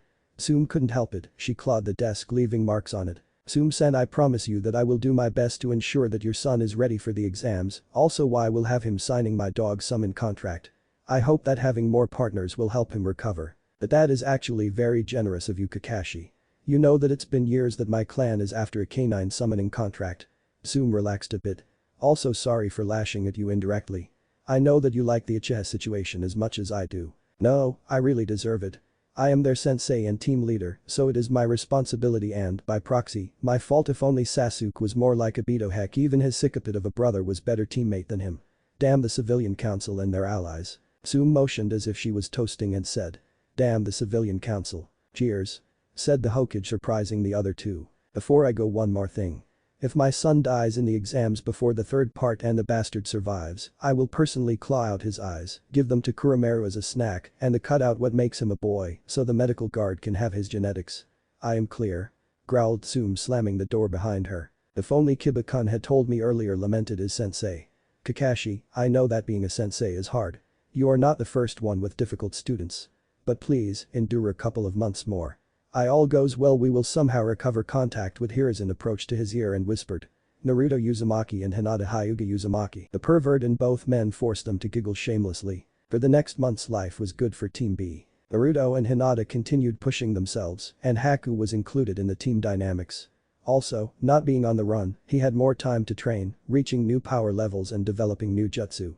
Under the tutelage of Killer B and with Naruto and Hinata as his sparring partners and sometimes carry, he rediscovered a new meaning to the term training crazy. The Konoha teams were having a similar time. Originally Kakashi was thinking about not telling them about the exams, but then he decided that maybe knowing about the exams will kick his team on track. With his help Sasuke, after being disciplined several times about the wave incident, developed his Sharingan further. Sakura was still as useless as she was before, but at least she was taking the basic training seriously. The area she improved the most was Taijutsu. Also she started learning about first aid skills. Hiba, with the help of the Yamanaka, more or less get over the betrayal suffered at the hands of his very own teammate. He was participating again in team dynamics, but he was no longer the one pushing their teamwork to its best. Hiba-kun, after the training today I want you to come with me, said Kakashi after the first week of training. He guided Kiba to a clearing in the training grounds. Hiba, why didn't you tell me? I am your team leader and sensei, I am to help you with everything I can. The Jonin sided. I agreed with the Hokage and your mother to disband this team after the exams. I'm stuck with Sasuke because of the council. But if I am given the choice to choose between the three of you I will choose you Kiba. You are a loyal and brave warrior and with time you will learn to be subtle. That is why I have decided to share this with you. Kakashi pulled out his summoning contract. Hiba opened his eyes in awe. He tried to say something but find himself unable of coherent speech. Isn't partly my fault that you are in this situation. I promise you that I will make sure you get in an acceptable team under a proper sensei. Also I'm sure that my pack will accept you and in due time merge with the Inuzuka. My door will be always open for you too. The guilty-driven sensei scratched behind Akamaru's ears affectionately. Hiba signed the contract and every day after the regular training he practiced summoning with the copy ninja. The Ninken pack helped him with his trusting and instinct issues, and he started seeing Kakashi as the competent yet depressed ninja he was instead of the lazy bastard he seemed to be. Out of curiosity he asked his mother about Kakashi's history. This budded the silver-haired Jonin in a new light to his student. Back to Konoha. Hiba was walking down the streets of Konoha when, in a cloud of smoke, three children appeared. I am Yuden, I like maths. I am Mogi, the sassiest Kunoichi in the academy. And I am Konohamaru, I'll be Hokage one day. Together we are the Konohamaru Corps, terror of teachers and bullies alike. Chorused the trio posing in their victory stance. Hey, nice one Kono-kun, I didn't notice you until you were practically here. Yada. We did it. We fooled the boss, our strategy to fool his nose was a success, showed Konohamaru clapping hands with his friends. They have been stalking the Inuzuka air from a big distance and then rubbed themselves against some grass to try and camouflage their scents. Also, Yuden's suggestion, when approaching him they had the gentle breeze of the day against them, so Kiba couldn't sniff them until they were closer than the usual. Konohamaru had met Kiba some years ago while running from his sensei. He bumped on the Inuzuka as he was taking Akamaru out for a walk. The brash boy made insta friendship. Especially because Kiba started calling him Kono-kun as fast as he learned his name. He could relate to the honorable grandson Thinji because lot of people out of his clan just referred to him as the Inuzuka heir Tsume's boy. Do you have time to train us in the ninja ways? We want to play hide and hunt or learn stalking skills with you boss. Said Konohamaru using his strongest ninja art. Puppy eyes jutsu. Meanwhile Mogi scratched Akamaru in his favorite spots and Yuden brought out of his pouch a notepad full of all the advices Kiba had given them through the years. You're shameless, all of you. Trying to bribe us with such cheap tricks. I am proud. Snickered Kiba while Akamaru moaned in delight at the attention he was receiving. Wow, no wonder why you are the death last of our promotion. To play ninja with those kids at your age, shame on you Kiba. Shut up Sakura. First of all I am only the death last because my skills are out of what the academy evaluates. None of my collaboration jutsu was to be evaluated, nor my tracking and survival skills either, and don't make me speak about how I was supposed to only use academy style taijutsu on the exam because my own requires of using my claws to be effective. Besides, we aren't playing ninja. I am showing them the basics of tracking and survival using the game my family has been using for ages. So shut up Sakura. The boss. Is this girl your girlfriend? Nah Kono-kun. Besides she is obsessed with the Uchiha bastard, like every other girl. Said Kiba a bit depressed. Sakura was about to voice her opinion, but Konohamaru was faster and said. What a relief boss. I can't picture you with a flat pink-haired girl with a too narrow hip and a too wide forehead. Konohamaru was rubbing the back of his head while grinning, totally unaware of the threat behind him. How dare he? Holly punishment is in order. Kiba reacted quickly to the tick marks forming in Sakura's head and shouted to Konohamaru to run for his life. Konohamaru was running for his life with Sakura hot in his trail and the rest in a safe distance when, turning a corner, he bumped into someone. "TSK. Look out when you are running, brat," said a dark-clouded shinobi grabbing him by the collar of his t-shirt. "Release him, Kankuro," said the blonde kunoichi behind him. "Nah, I think I'll teach him a lesson first. I will enjoy it and it will be good for him," retorted Kankuro to his sister. "Release me, you ugly cat pajama makeup wearing weirdo," shouted Konohamaru, making Tamari snicker as Kankuro was getting angrier. "You better release the kid. I don't know what some sand ninja are doing, but you better release the kid or you'll be in serious trouble." Kankuro was now facing the members of Team 7 while holding Konohamaru with one hand. "Do you want trouble, Pinky?" Tamari reached for his fan, suspecting that his brother's behavior will end in a fight. Before the incident could escalate more, the two sand ninja find themselves with a sharp blade in each one's neck. "You people really need to relax your asses. The exam starts in 2 days. What is the point on starting a fight that can have you banned from it, you?" shouted Sakura as Naruto sealed his twin blades. "Oh come on, Sakura-san. My name is only one letter, how can you forget it? H-chan, hold me, my heart can't hold the pain of such disappointment," said Naruto, holding her heart with one hand and her forehead with the other. Hinata reached for her when she dramatically dropped down. "And Sama, have you ever considered being an actress if being a kunoichi doesn't work? You have such a kink for theatrics that it will work for sure," joked Haku in his usual soft voice. "Greetings, Team 7. You over there in the tree, would you care to come here for a proper introduction?" said Hinata. Sasuke grunted. "What for? I was not speaking about you, Uchiha-san, but the boy next to you." Sasuke blinked in surprise as the red-head boy next to him jumped to the group. "He have not sensed him." "Kankuro, release the kid. You are shaming our village." The other two Sand siblings trembled in fear and silently nodded to their younger brother. "What are your names? It's not often that I find worthy opponents of my own age. Competitive are we? Why don't you start by presenting yourself, Suna-san?" said Naruto, passing an arm around Hinata's shoulder. "En-chan. Be polite," schooled Hinata. "We are N and H Uzumaki, this one is Haku-san, and the weird guy over there is our sensei, B." As soon as Hinata ended, Sasuke grunted Uchiha Sasuke and stared at them defiantly. "I am Sabakugara, those are my siblings, Tamari and Kankuro. Mother says that you are strong, I look forward to face you." "Oh. I know. Can I give you nicknames? Please. You will be Suna Suna 1, you Suna Suna girl, and you Suna Suna makeup," Naruto said, full of excitement. Gaara saw how the blonde girl leaned a finger against her other hand's palm, looking at him intentionally. Gaara grinned like a madman, unnerving the people from Konoha and terrorizing his siblings. "So that is the Ichibi container, eh? Wahahahaja. Looks like my fool of a brother is madder than ever. Did you know that he was always speaking about how manly he is? And by the look of those eye bags I guess that he is not letting the redhead sleep. Man, that is why it's important to design a good seal, that thing must be driving host and vessel crazy." As the Sand team departed, B approached his team. "So?" asked the sensei. "Number 1," answered Naruto. The people from Konoha didn't understand a thing, but Haku nodded, understanding what both vessels were talking about. Sakura was about to ask about the whole thing when Samambu appeared in front of them.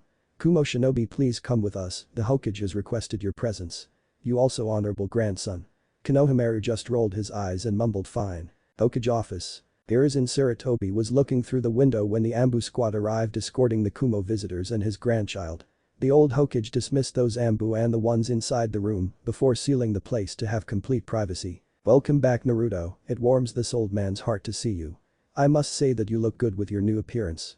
Also, I heard the congratulations are in order, am I right, Hinata-chan?" Hanamaru looked dumbfounded as his grandpa hugged the two foreign girls like they were family. "It's good to see you too, Gigi. I have really missed you all these years. But please, at least for now, call us N and H," said Naruto with her usual foxy grin, warming old Sarutobi's heart. "We are pleased to meet you again, Hokage-sama.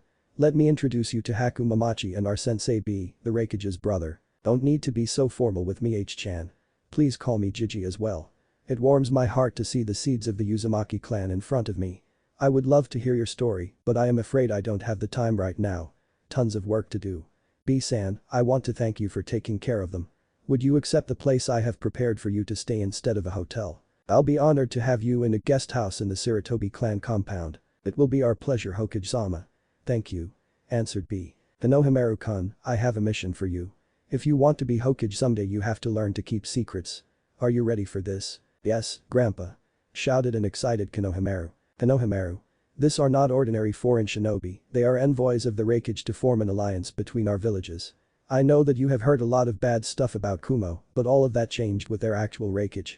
Those two girls are the prof. En-chan was once a child from this village, and our very own people beat her up before force banishing her behind my back and left her to die in the forest. H-chan was once Hyuga Hinata, heiress of her clan. I don't know what happened, but she was betrayed. If not for B-san, brother to Arakage, they'll be dead.